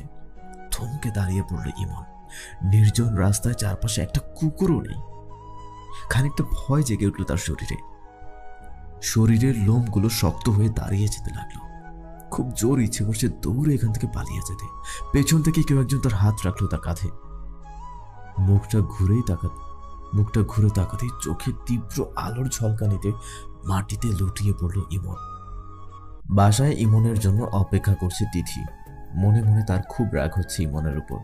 রাত 10টার উপরে বাজে, এখনো বাসায় আসছে না। নাকি কোনো বিপদ হলো? বুকের ভেতরটা হঠাৎই ধক করে উঠল তিথির।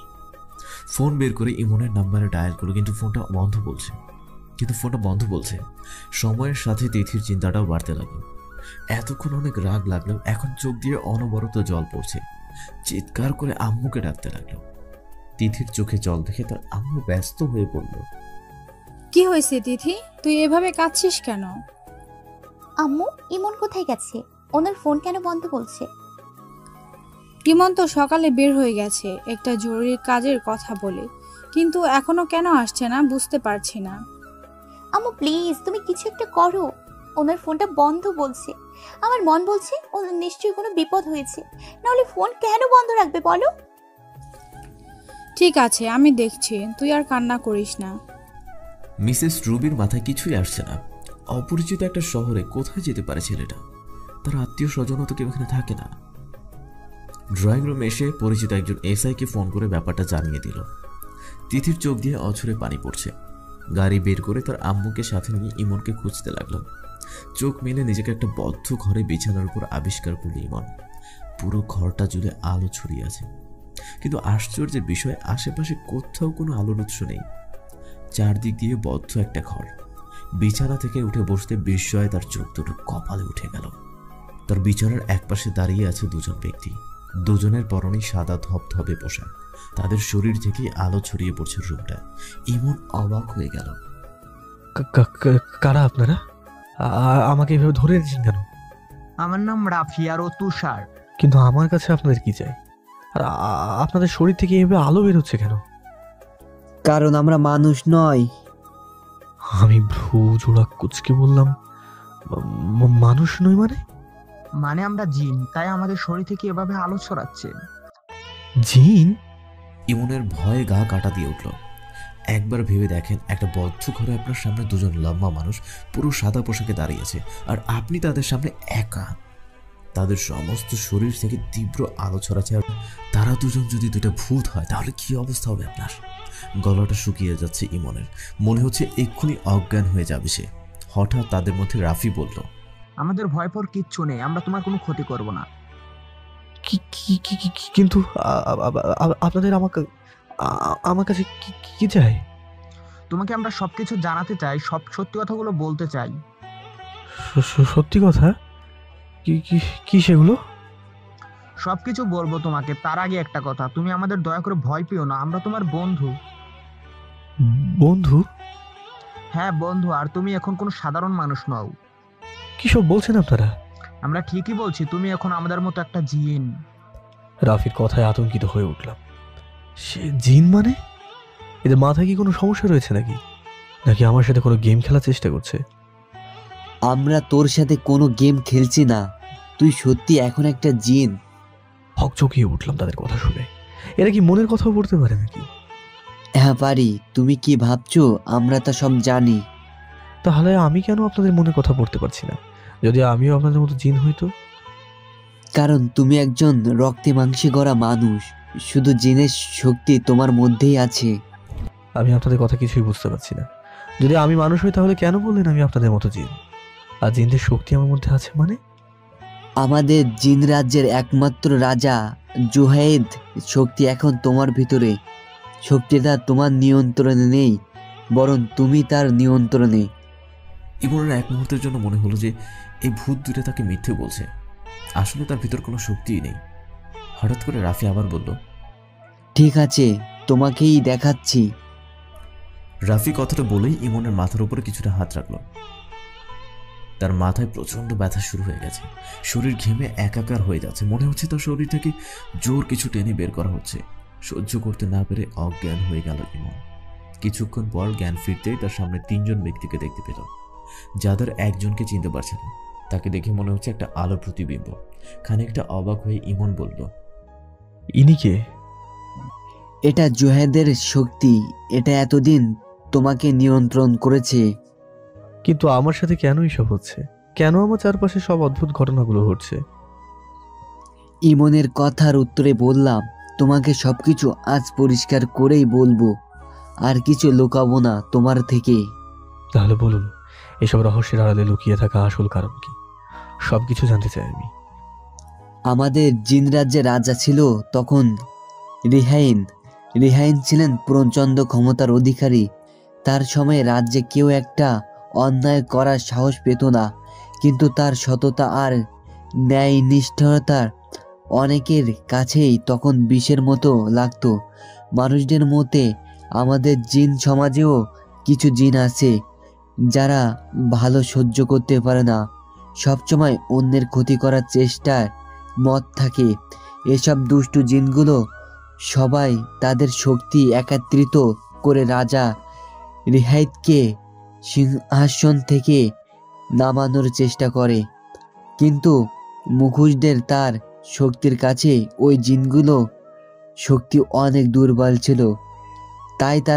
তাই তার সাথে তারা পেরে উঠতেছিল না। হঠাৎ করে একদিন রাজা বনে শিকার করতে বের হলো।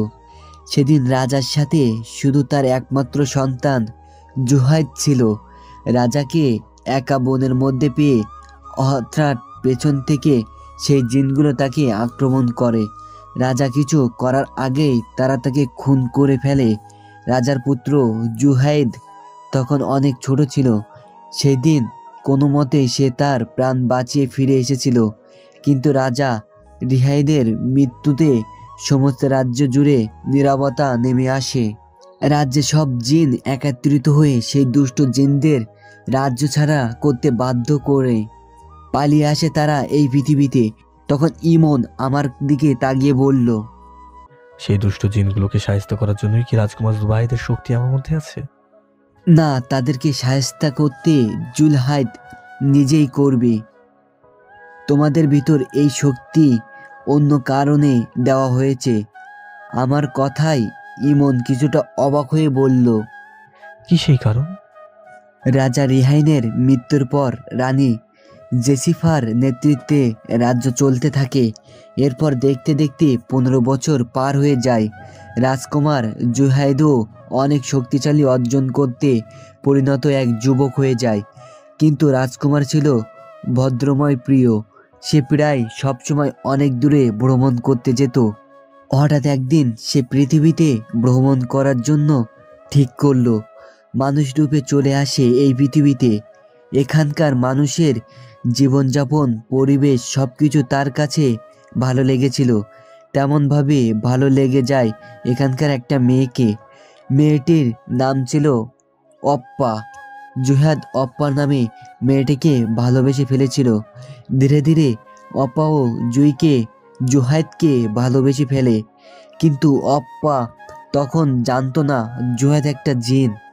রানী জেসিফা যখন তাদের ভালোবাসার কথাটা জানতে পারে তখন জুহাইদের পৃথিবীতে আসাটা বন্ধ করে দেয়, কারণ মানুষের জিনের সমাজে মানুষের সাথে সম্পর্ক নিষিদ্ধ। এদিকে জুহাদের কোনো খোঁজ না পেয়ে প্রায় পাগল হয়ে যায় অপ্পা।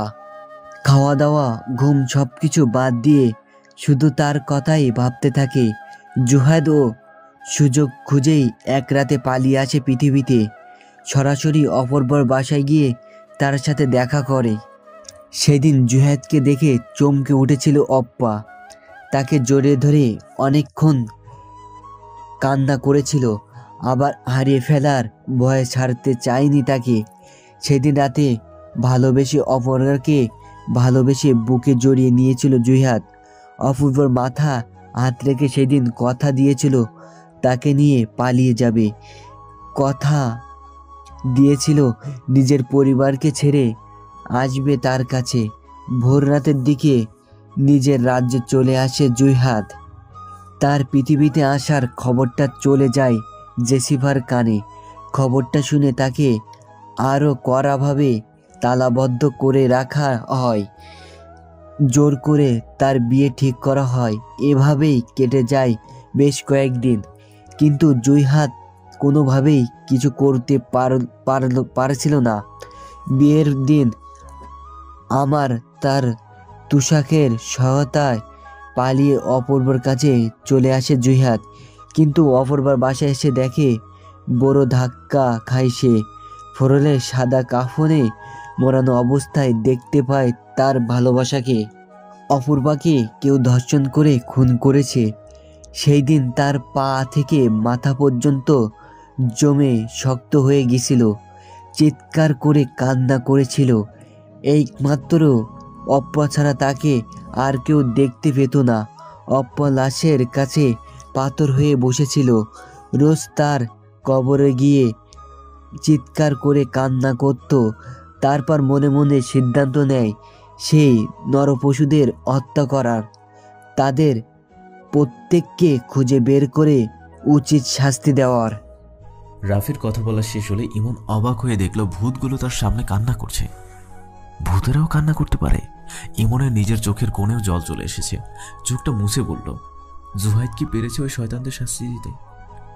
না, পারেনি, কারণ যারা অপূর্বকে খুন করেছে তারা সবাই মানুষডুবি সব শয়তান জিন। এগুলো সে জিনগুলো নয় তো? হতে পারে, আবার নাও হতে পারে, তবে এটা ঠিক যে তারা অনেক শক্তিশালী। তাদের শক্তির কাছে জুহাদের শক্তি কিছুই না। তাহলে কি জুহাইদ তাদের কোনো শাস্তি দিতে পারবে না? পারবে। জুহাদ তার বাবার একজন বন্ধুর কাছ থেকে শিক্ষা গ্রহণ করেছে। তিনিও তার বাবার মতোই ক্ষমতাবান। তার কাছ থেকেই শক্তি নিয়ে ধ্বংস করবে সেই জিনদের, কিন্তু তার আগেই তোমাকে খুঁজে বের করতে হবে তাদের। খুনের রহস্য বের করে মুখোশ খুলে দিতে হবে সেই ছদ্মবেশী গ্যাংস্টারদের। কিন্তু আমি কি পারবো তাদের সাথে? তুমি তাদেরকে হত্যা করতে পারবে না, কিন্তু তাদের সব রহস্য উদ্ঘাট করতে পারবে। তবে তোমাকে সাবধানে কাজ করতে হবে, কারণ তারা অনেক শক্তিশালী। এমনকি তোমার চোখের সামনে অনেক বিষয় ঘটবে, তোমার দৃষ্টিতে পড়বে, কিন্তু সেগুলো মিথ্যে নয়তো তাদের বানানো মায়া। ইমনের খুব টেনশন হচ্ছে। রহস্য উদ্ঘাটন করতে গিয়ে শেষ তাকেই না খুন হতে হয়, কিন্তু একটা বিষয় তার মাথায় ঘুরপাক খাচ্ছে, এত মানুষ থাকতে তার ভিতরে কেন এই শক্তিটা চলে আসলো? কারণ এই শক্তিটা তোমার সাথে ভালোভাবে মিশে যেতে পেরেছে, আর এতে তোমার নিজেরও কোনো ক্ষতি হচ্ছে না। তবে তুমি কি জানো, তোমার নিজের শহরে আর কলেজ ছেড়ে এই শহরে নতুন কলেজে ভর্তি হওয়ার পিছনে এই শক্তিই দায়ী। এটা তোমাকে নতুন কলেজে নিয়ে এসেছে, সেখানেই অপূর্বা পড়তো। অর্পা আমাদের কলেজে পড়তো? হ্যাঁ। তার মানে কলেজে যেই খুনগুলো হয়েছে সেগুলো আপনারা করেছেন? না, আমরা করিনি। আমার কথাই ইমন কিছুটা অবাক হয়ে বলল, তাহলে কে করেছে এসব খুন? সেটাই এখন থেকে তোমাকে বের করতে হবে। তবে আজকে কলেজে সেই 2টা লাশ দেখেছো, তাদেরকে তুমি নিজের হাতেই খুন করেছো। কি? আমি? হ্যাঁ তুমি, তোমার ভিতরেই শক্তি। জোহাইদের শক্তি খুন করেছে? আমি না। আমার তো খুনের কথা শুনেই ভয় লাগে। যারা সমাজের শত্রু তাদের খুন করা দোষের কিছু না। তাছাড়া দেশের আইন এদের কোনো শাস্তি দিতে পারেনি। মৃত্যুদণ্ড এদের একমাত্রই শাস্তি। কিন্তু যে দুজনকে জোহাইদের শক্তি খুন করেছে তারাও কি জিন ছিল? অর্পার খুনের সাথে কি তারাও জড়িত ছিল? ওরা অপরবার খুনি কিনা তা জানি না, তবে ওরা অনেকগুলো মেয়েকে সর্বনাশ করেছে। কলেজে নিজেদের ক্ষমতার জোরে অনেক অন্যায় করেছে, আর কলেজে তাদের বিরুদ্ধে কেউ কোনো কথা বলার সাহস পায়নি। এতক্ষণ খারাপ লাগলেও সত্যিটা জানার পর এখন ভালো লাগছে ইমনের। এসব মানুষরূপী জানোয়ারদের এরকমই শাস্তি হওয়াই উচিত। ইমন, তুমি এখন বাসায় চলে যাও। তোমার খালা আর তিথি তোমাকে না পেয়ে অনেক খোঁজাখুঁজি করছে। এতক্ষণে যেন হুঁশ ফিল ইমনের। ইমনের এই কথাটা তো মাথায় আসেনি। ইমনের হাতের ফোনটা বন্ধ হয়ে যাওয়ার সময় দেখতে পারছে না। পাশ থেকে রাফি বলল, এখন রাত 1টা বাজে। তিথি আর তোমার খালা তোমাকে অনেক জায়গায় খুঁজেছে, কিন্তু কোথাও না পেয়ে কিছুক্ষণ আগেই বাসায় চলে গেছে। তিথি তোমার জন্য অনেক কান্না করছে। রাফির কথা শুনে চোখ দুটো কপালে তুলে বললাম, আপনি এত কিছু কিভাবে জানলেন? এতক্ষণ তো আপনি আমার সামনেই ছিলেন। আমাদের দৃষ্টি মানুষের চেয়ে প্রখর। আশেপাশে ঘটে যাওয়া বিষয়গুলো আমাদের নজরে পড়ে। তুমি আর দেরি না করে না চোখটা বন্ধ করো। ইমন এক মুহূর্তের জন্য চোখ বন্ধ করতেই তার কানের কাছে হালকা শীতল বায়ু অনুভব করলো। সেই সাথে মিহি রাফি বলে উঠল, তুমি মুক্ত, তুমি স্বাধীন, তুমি শক্তিশালী। তুমি যখন চাইবে তখনই আমি আসব। আজ থেকে তুমি নয়, আমি তোমার নিয়ন্ত্রণে। ইমন চোখ মেলে তাকিয়ে দেখলো বাসার নিচে চলে এসেছে। বাসার কলিং বেল চাপতে তিথি দরজা খুলে দিল। মনে হচ্ছে দরজার কাছেই দাঁড়িয়েছিল। ইমনকে দেখে জড়িয়ে ধরে কাঁদতে লাগলো সে। কোথায় গিয়েছিলে তুমি? তোমার ফোন বন্ধ কেন? আরে তুমি এভাবে কান্না করছো কেন? আমি তো আমার দুজন বন্ধুর সাথে দেখা করতে গিয়েছিলাম, আর ফোনে চার্জ শেষ, তাই বন্ধ হয়ে গিয়েছিল। তাই বলে একটা বার আমাদের জানানোর প্রয়োজন বোধ করলে না? কতটা টেনশন হচ্ছিল তোমার জন্য। ভেতর থেকে রুবি এসে তাদের দিকে তাকিয়ে বলল, ছেলেটাকে এখন বিরক্ত করিস না তো। ইমন, তুমি গিয়ে ফ্রেশ হয়ে এসো, আমি ততক্ষণে খাবারগুলো গরম করে দেই। ইমনের পিছু পিছু তিথিও তার রুমে চলে আসলো। রুমের দরজাটা বন্ধ করে দিতে ইমন চমকে গিয়ে উঠে পেছনে তাকিয়ে বলল, এ কি তিথি, তুমি? কেন, অন্য কাউকে আশা করেছিলে বুঝি? তুমি এইভাবে কথা বলছো কেন? আর দরজা আটকালে কেন? তোমাকে শাস্তি দিব বলে। আমাকে তুমি করে বলছো কেন? আমি তোমার বড়, তার উপর তোমার স্যার। তিথি ইমনের কাছে গিয়ে কলারটা ধরে বলল, বড় হয়েছে বলে কি তোমাকে আমার ভয় পেতে হবে? আমি আমার ভালোবাসার মানুষকে যা খুশি বলে ডাকতে পারি। আচমকা তিথির এমন আচরণে খানিকটা হক চকিয়ে গেছে ইমন। মেয়েটার হঠাৎ এত সাহস কি করে হলো? কি হলো, চুপ করে আছো কেন? কি বলবো আমি? আমাকে ভালোবাসো? আমি মিথ্যে বলি না। তাহলে আমাকে জড়িয়ে ধরো। কেন? জড়িয়ে না ধরলে বুঝবো কিভাবে তুমি আমাকে ভালোবাসো? আমি মনে মনে বললাম, এটা কেমন কথা? ভালো না বাসলে কাউকে জড়িয়ে ধরতে হবে? কি হলো, ধরছো না কেন? তার মানে তুমি আমাকে ভালোবাসো? মোটেও না, আমি তোমাকে ভালোবাসি না। তাহলে জড়িয়ে ধরছো না কেন? ইমন কিছুটা কাঁপা কাঁপা হাতে আলতো করে তিথিকে জড়িয়ে ধরল। তার চোখের দিকে তাকিয়ে তার নিজের মুখটা কাছে নিয়ে গেল তিথি। হঠাৎ পেছন থেকে রুবি চিৎকার করে বলল, তিথি! চিৎকার শুনে তাড়াতাড়ি ইমনকে ছেড়ে দিল তিথি। আম্মুর দিকে তাকিয়ে কিছু একটা বলতে যাবে, তার আগেই রুমের সামনে থেকে চলে গেল রুবি। তিথিও তার পেছন পেছন গেল। লজ্জায় ইমনের মরে যেতে ইচ্ছে করছে। এতক্ষণ ঘটে যাওয়া বিষয়টা ভেবে বারবার নিজেকে ধিক্কার দিতে লাগলো। এখন ইমন তার খালার সামনে কোন মুখ নিয়ে দাঁড়াবে? বিশ্বাস করে তাকে এই বাসায় থাকতে দিয়েছে, অথচ সে ছি, নিজের উপর খুব ঘৃণা হচ্ছে ইমনের। হঠাৎ মাথায় কারো হাতের স্পর্শে চমকে উঠে বেঁচে থাকে ইমন। খালা, অনেক ভয় পেয়েছো না? বোকা ছেলে, তিথি যে তোমাকে ভালোবেসে ফেলেছে সেটা আমি আগে থেকেই জানতাম। একদিন আমি ভাবতাম শুধু তিথি তোমাকে ভালোবাসে, তাই তোমাকে এই বিষয়ে কিছুই বলিনি। তুমিও যে তিথিকে ভালোবাসো সেটা আমাকে বললেই পারতে, আমি কি না করতাম? তাছাড়া তোমার আম্মুর সাথে তোমাদের দুজনের বিষয়ে অনেক আগেই আমি কথা বলে রেখেছি। পেছন থেকে তিথি তার আম্মুকে জড়িয়ে ধরে বলল, আম্মু, তুমি সত্যি বলছো স্যারের সাথে আমার বিয়ে হবে? সত্যি। ইয়েস আম্মু, কবে আমাদের বিয়ে হবে বলো না। এভাবে বাদরের মতো লাফাচ্ছিস কেন? কেন লজ্জা করবে কেন? আমি তোমার ভালোবাসার মানুষটাকে সারা জীবনের জন্য আপন করে পাবো, তাই না?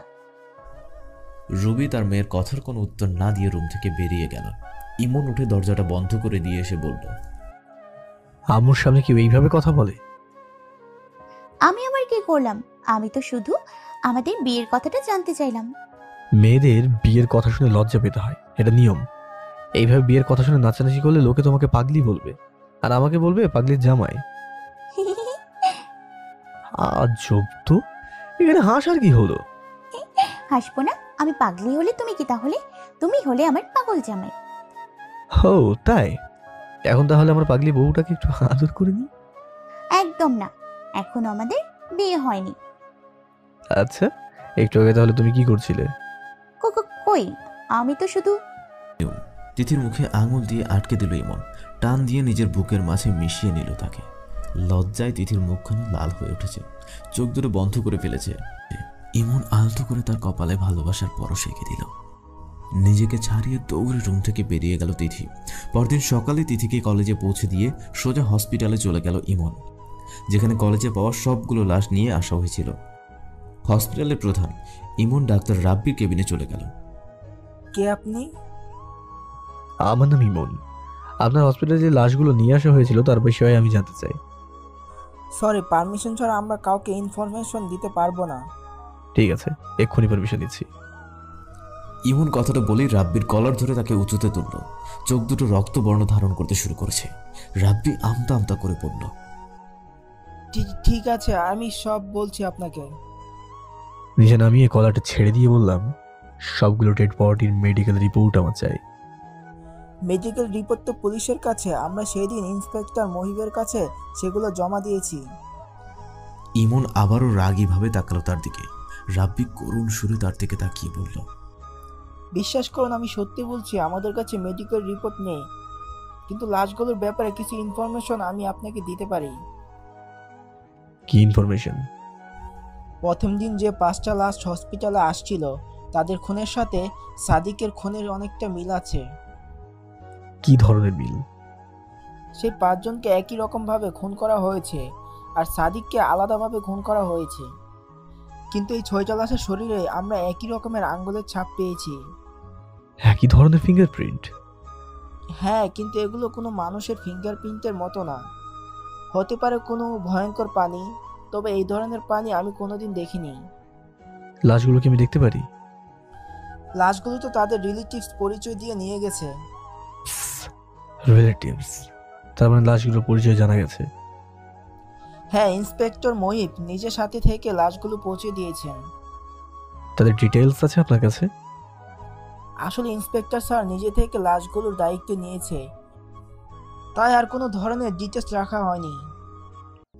হসপিটাল থেকে বেরিয়ে আসলাম, ইন্সপেক্টর মহিবের সাথে দেখা করে লাশগুলোর পরিচয় জানতে হবে। এরা কারা আর কেনই বা এদের খুন করা হয়েছে সবকিছু জানতে হবে। কিন্তু তার আগে একবার সাদিকের বাসায় যেতে হবে। সাদিকের কারোর সাথে কোনো শত্রুতা আছে কিনা এ ব্যাপারে তার পরিবারের লোকজনের হয়তো কিছু জেনে থাকবে। একটা রিক্সা নিয়ে সরাসরি সাদিকের বাসা নিতে চলে আসলাম। ভিতরে গিয়ে বেল বাজাতেই সাদিকের আম্মু দরজাটা খুলে দিল। ভিতরে এসো বাবা। ভিতরে গিয়ে সোফায় বসতে বসতে বললাম, আন্টি, সাদিকের বডিটা কবে হসপিটাল থেকে নিয়ে এনেছেন? এসব কি বলছো বাবা? আমরা তো হসপিটাল থেকে সাদিককে আনিনি। অবাক কণ্ঠে সাদিকের মায়ের দিকে চেয়ে বললাম, সত্যি আপনারা সাদিককে হসপিটাল থেকে আনেননি? আমি তোমাকে কেন মিথ্যে কথা বলবো? 2 দিন আগে আমরা হসপিটালে যাওয়ার পর ডাক্তার আমাদের বলেছিল 3 দিন পর এসে সাদিককে নিয়ে যেতে। সোফা থেকে উঠে দাঁড়ালাম। সাদিকের বডিটা কে নিয়ে গেল তাহলে? এমন কোনো আত্মীয় আছে যার কাছে সাদিকের ডেড বডি পৌঁছে দিয়েছে মুহিব? সাদিকের মা একটা হতাশা নিয়ে জিজ্ঞাসা করলো, কিছু হয়েছে বাবা? না না, তেমন কিছু না আন্টি। আসলে সাদিকের লাশটা কেউ হসপিটাল থেকে রিলেটিভের পরিচয় দিয়ে নিয়ে গেছে। ভদ্রমহিলা ডুকরে কেঁদে উঠলেন, মুখে কাপড় গুঁজে ভারী গলায় কাঁদতে কাঁদতে বললেন, কে নিয়ে গেছে আমার সাদিককে? আমি আমার সাদিককে দেখতে চাই। কোথায় আছে আমার সাদিকের শরীর? দয়া করে এইভাবে ভেঙে পড়বেন না। সাদিকের বডি নিয়ে যাওয়ার মতো এমন কি আছে সেটা আমি খুঁজে বের করবই। আপনি আমার উপর ভরসা রাখতে পারেন। ভদ্রমহিলার কান্নাটা আরো বেড়ে গেল। ভেতর থেকে বাসার অন্য লোক বেরিয়ে আসলো। বাসা থেকে চলে আসলো ইমন। ডাক্তার রাব্বি যদি এনাদের 3 দিন পর হসপিটালে যেতে বলে থাকে, তাহলে কেন তার আগেই লাশটা হসপিটাল থেকে ছাড়ালো? আর কে সেই আত্মীয় যাকে ইন্সপেক্টর মুহিব নিয়ে এসেছিল? থানায় গিয়ে ইমন সরাসরি ইন্সপেক্টর মুহিবের সামনে দাঁড়ালো। মুহিব সরু চোখে অবাক ভঙ্গিমায় জিজ্ঞেস করলো, আপনার নাম ইমন না? জি। আপনি গতকাল লাশগুলো তাদের আত্মীয়র কাছে পৌঁছে দিয়েছেন? কোন লাশগুলো?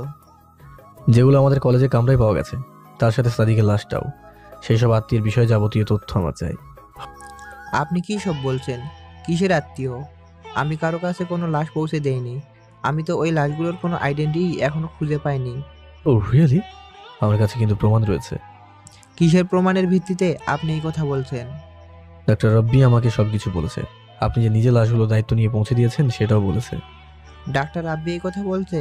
ঠিক আছে, আপনি আমার সাথে এখনই হসপিটালে চলুন, তাহলেই সব পরিষ্কার হয়ে যাবে। আমি আপনাকে মিথ্যা বলছি নাকি ডাক্তার রাব্বি? মুহিবের সাথে হসপিটালে ডাক্তার রাব্বির কেবিনে চলে আসলো ইমন, কিন্তু ভেতরে রাব্বি নেই। মুহিব একজন নার্সকে ডেকে জিজ্ঞেস করলো, এক্সকিউজ মি, ডাক্তার রাব্বি কোথায় গেছে? নার্সটা অবাক হয়ে তাদের পা থেকে মাথা পর্যন্ত একবার দেখে নিল। কিছুটা বিরক্ত হয়ে ইমন বলল, কিছু বলছেন না কেন? ডক্টর রাব্বি কোথায়? ডাক্তার রাব্বি একদিন আগে খুন হয়েছে। কি? হ্যাঁ, শুধু রাব্বি স্যারই নয়, একদিন আগে এই হসপিটালে অনেকগুলো ডাক্তার আর নার্স খুন হয়েছে। কি সব কথা বলছেন আপনি? আমি নিজে সকালে এই হসপিটালে ডাক্তার রাব্বির সাথে কথা বলেছি। আমার মনে হয় আপনার কোথাও ভুল হচ্ছে। একজন মৃত মানুষের সাথে আপনি কিভাবে কথা বলবেন? দেখুন, ভালোভাবে বলছি, ডাক্তার রাব্বি কোথায় আছে বলুন, নইলে কিন্তু খুব খারাপ হয়ে যাবে। ঠিক আছে, আপনারা যেহেতু আমার কথা বিশ্বাস করছেন না, তাহলে আমার সাথে আসুন, নিজের চোখেই তার লাশটা দেখে নিন। ইন্সপেক্টর মুহিবকে নিয়ে নার্সের পেছন পেছন লাশ ঘরে চলে আসলো ইমন। ভেতরে গিয়ে একটা লাশের সামনে গিয়ে দাঁড়িয়ে পড়ল। নার্সটা লাশের ওপর থেকে কাপড় সরাতে চিৎকার দিয়ে দূরে সরে গেল। লাশের পরিবর্তে রক্তে ছড়িয়ে আছে সেখানে, টপ টপ করে গড়িয়ে পড়ছে সে রক্ত। মুহিব সাহস নিয়ে অন্য লাশগুলোর কাপড় উঠাতেও দেখলো একইভাবে রক্ত ছড়িয়ে আছে। নার্সটার দিকে তাকিয়ে বলল, লাশগুলো কোথায় নিয়ে যাওয়া হয়েছে? আমার জিজ্ঞেস করে নার্সটা ভয়ে কাঁপা স্বরে বলল, আমি কিছু জানি না স্যার, এখানেই তো সবগুলো লাশ রাখা ছিল, হঠাৎ করে কোথায় গায়েব হয়ে গেল কিছুই বুঝতে পারছি না। এইসব লাশ কি একদিন আগে খুন হওয়ার সেই লাশগুলো? লাশঘর থেকে বেরিয়ে আসলাম। ধীরে ধীরে বিষয়টা আমার কাছে পরিষ্কার হয়ে যাচ্ছে। রাফির কথাটাই হয়তো ঠিক, এই সব কিছুই ওই শয়তান জিনদের কাজ। আমার সামনে ডাক্তার রাব্বির একটা মিথ্যে প্রতিকৃতি সৃষ্টি করেছিল, আর এই লাশগুলো হঠাৎ গায়েব হওয়াও নিশ্চয়ই সেই জিনদেরই একটা কারসাজি। কিন্তু আমার সামনে তারা কেন মায়া সৃষ্টি করছে? তারা কি আমার ক্ষমতা সম্পর্কে জেনে গেছে? আমার ভাবনা ছেদ ঘটিয়ে হঠাৎ মুহিব বলে উঠল, আমার মনে হয় লাশগুলো এই হসপিটালেরই কোনো লোক সরিয়ে ফেলেছে। ভালো করে তদন্ত করলেই বেরিয়ে আসবে। স্যার, আমাকে একটা হেল্প করতে পারবেন? কি হেল্প? আপনার গাড়িটা নিয়ে আমাকে একটা জায়গায় পৌঁছে দিতে হবে। এখন রাত হয়ে গেছে, গাড়ি হলে সুবিধা হবে। শিওর? কোথায় পৌঁছে দিতে হবে আপনাকে? চলুন, গাড়িতে যেতে যেতে বলছি। হসপিটালের বাইরে এসে মুহিবের গাড়িতে উঠে পড়ল ইমন। রাজের বাসায় যেতে হবে একবার। হতে পারে ওই লাশগুলোর মধ্যে কোনোটা রাজের লোক, যাদের কিডন্যাপ করা হয়েছে। মুহিব গাড়িটা ডান দিকে মোড় নিতে একটা চিপা গলিতে গাড়িটা হঠাৎ থেমে গেল। মুহিব গাড়ি থেকে নেমে চেক করতে লাগলো। অনেকক্ষণ গাড়িতে বসে থাকার পর নেমে আসলো ইমন। মুহিবকে লক্ষ্য করে বলল, আর কতক্ষণ লাগবে? প্রায় হয়েছে, আর মাত্র 5 মিনিটের মতো লাগবে। গাড়ির সাথে এক পা ভেঙে দাঁড়িয়ে রইল ইমন। গাড়ির লালচে আলোতে ঘড়িতে দেখলো রাত প্রায় 8টা বেজে গেছে, অথচ অন্ধকার চাপা গলিটা দেখে মনে হচ্ছে মাঝরাত। হঠাৎ একটা শব্দে ঘাড় ঘুরিয়ে আশেপাশে তাকালো ইমন। তার ঠিক সামনেই ডান পাশের আর একটা গলির মুখে একটা মেয়ের ওড়না চোখে পড়ল। হঠাৎ পেছনের দিকে তাকালো মেয়েটা। প্রিয়া? পিছন থেকে আমি বললাম। কি বললে? আপনি একটু অপেক্ষা করুন, আমি এক্ষুনি আসছি। আস্তে আস্তে গলিটার মুখের দিকে চলে গেল ইমন, কিন্তু প্রিয়াকে খুঁজে পেল না। তখনই অদ্ভুত একটা চিৎকারের সামনে দেখলো একটা মেয়েকে দুজন ছেলে টেনে হিঁচড়ে নিয়ে যাচ্ছে। এক পা বাড়াতেই তার কানের কাছে তীব্র শীতল বায়ু বয়ে গেল। মনের ভেতর হঠাৎই প্রশ্ন জাগলো, এটা তাকে ভোলানোর জন্য কোনো মায়া নয় তো? মনে মনে জোহাইদের শক্তি কল্পনা করে সামনে এগিয়ে যেতে লাগলাম। কিছুটা পথ এগোতেই হঠাৎ থমকে দাঁড়ালাম। মুখ তুলে সামনে তাকিয়ে অবাক হয়ে গেলাম। এটা তো আমাদের কলেজ গেট। তার মানে কি এগুলো সত্যিই একটা মায়া? কিন্তু এরা আমাকে কলেজের ভিতরে কেন নিয়ে যেতে চাইছে? আবছা আলো ইমন দেখতে পেল দুজন ছেলে মেয়েটাকে সেই তালাবদ্ধ রুমে তালা ভেঙে নিয়ে গেল। ইমনের মনে এখন কিছুটা ভয় জেগে উঠল। হয়তো এরাই সেই শয়তান জিন আজ আবার আরেকটা মেয়ের সর্বনাশ করবে। কিন্তু তাদের শক্তির কাছে নিজের শক্তি অপারক ভেবে ফিরে আসলো ইমন। একই রাস্তা ধরে গাড়ির কাছে এসে খানিকটা অবাক হয়ে গেল।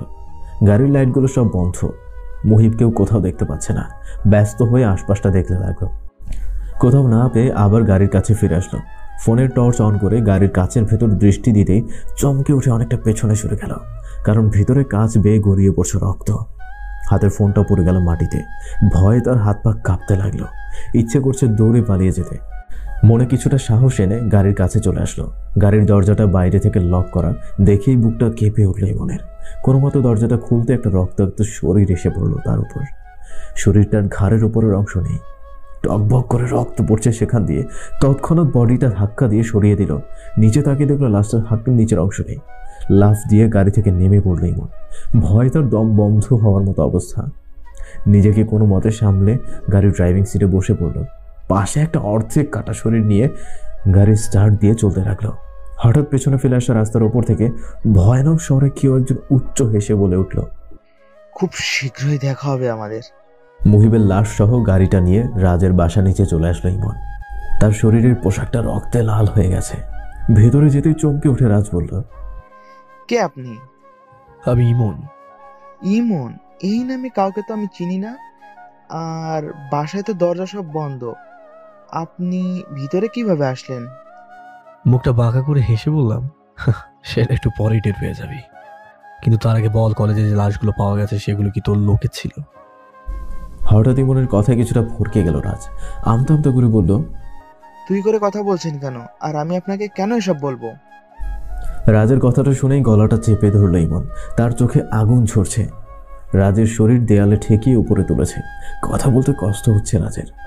রাগী স্বরে ইমন বলল, না বললে তোকে এখানে খুন করে দেব। বাঁচতে চাইলে সবকিছু বলে দে। কলেজে তোর লোকেদের কারা পুলিশ সেজে ধরে নিয়ে গিয়েছে? আর সেই লাশগুলো যে রুমে পাওয়া গেছে সেই রুমে এমন কি রহস্য আছে? কেন সেই রুমটা তালাবদ্ধ করে রাখা হয়েছে? রাজের দম বন্ধ হয়ে যাচ্ছে। গলাটা ছেড়ে দিতে ধপাস করে ফ্লোরে পড়ে গেল রাজ।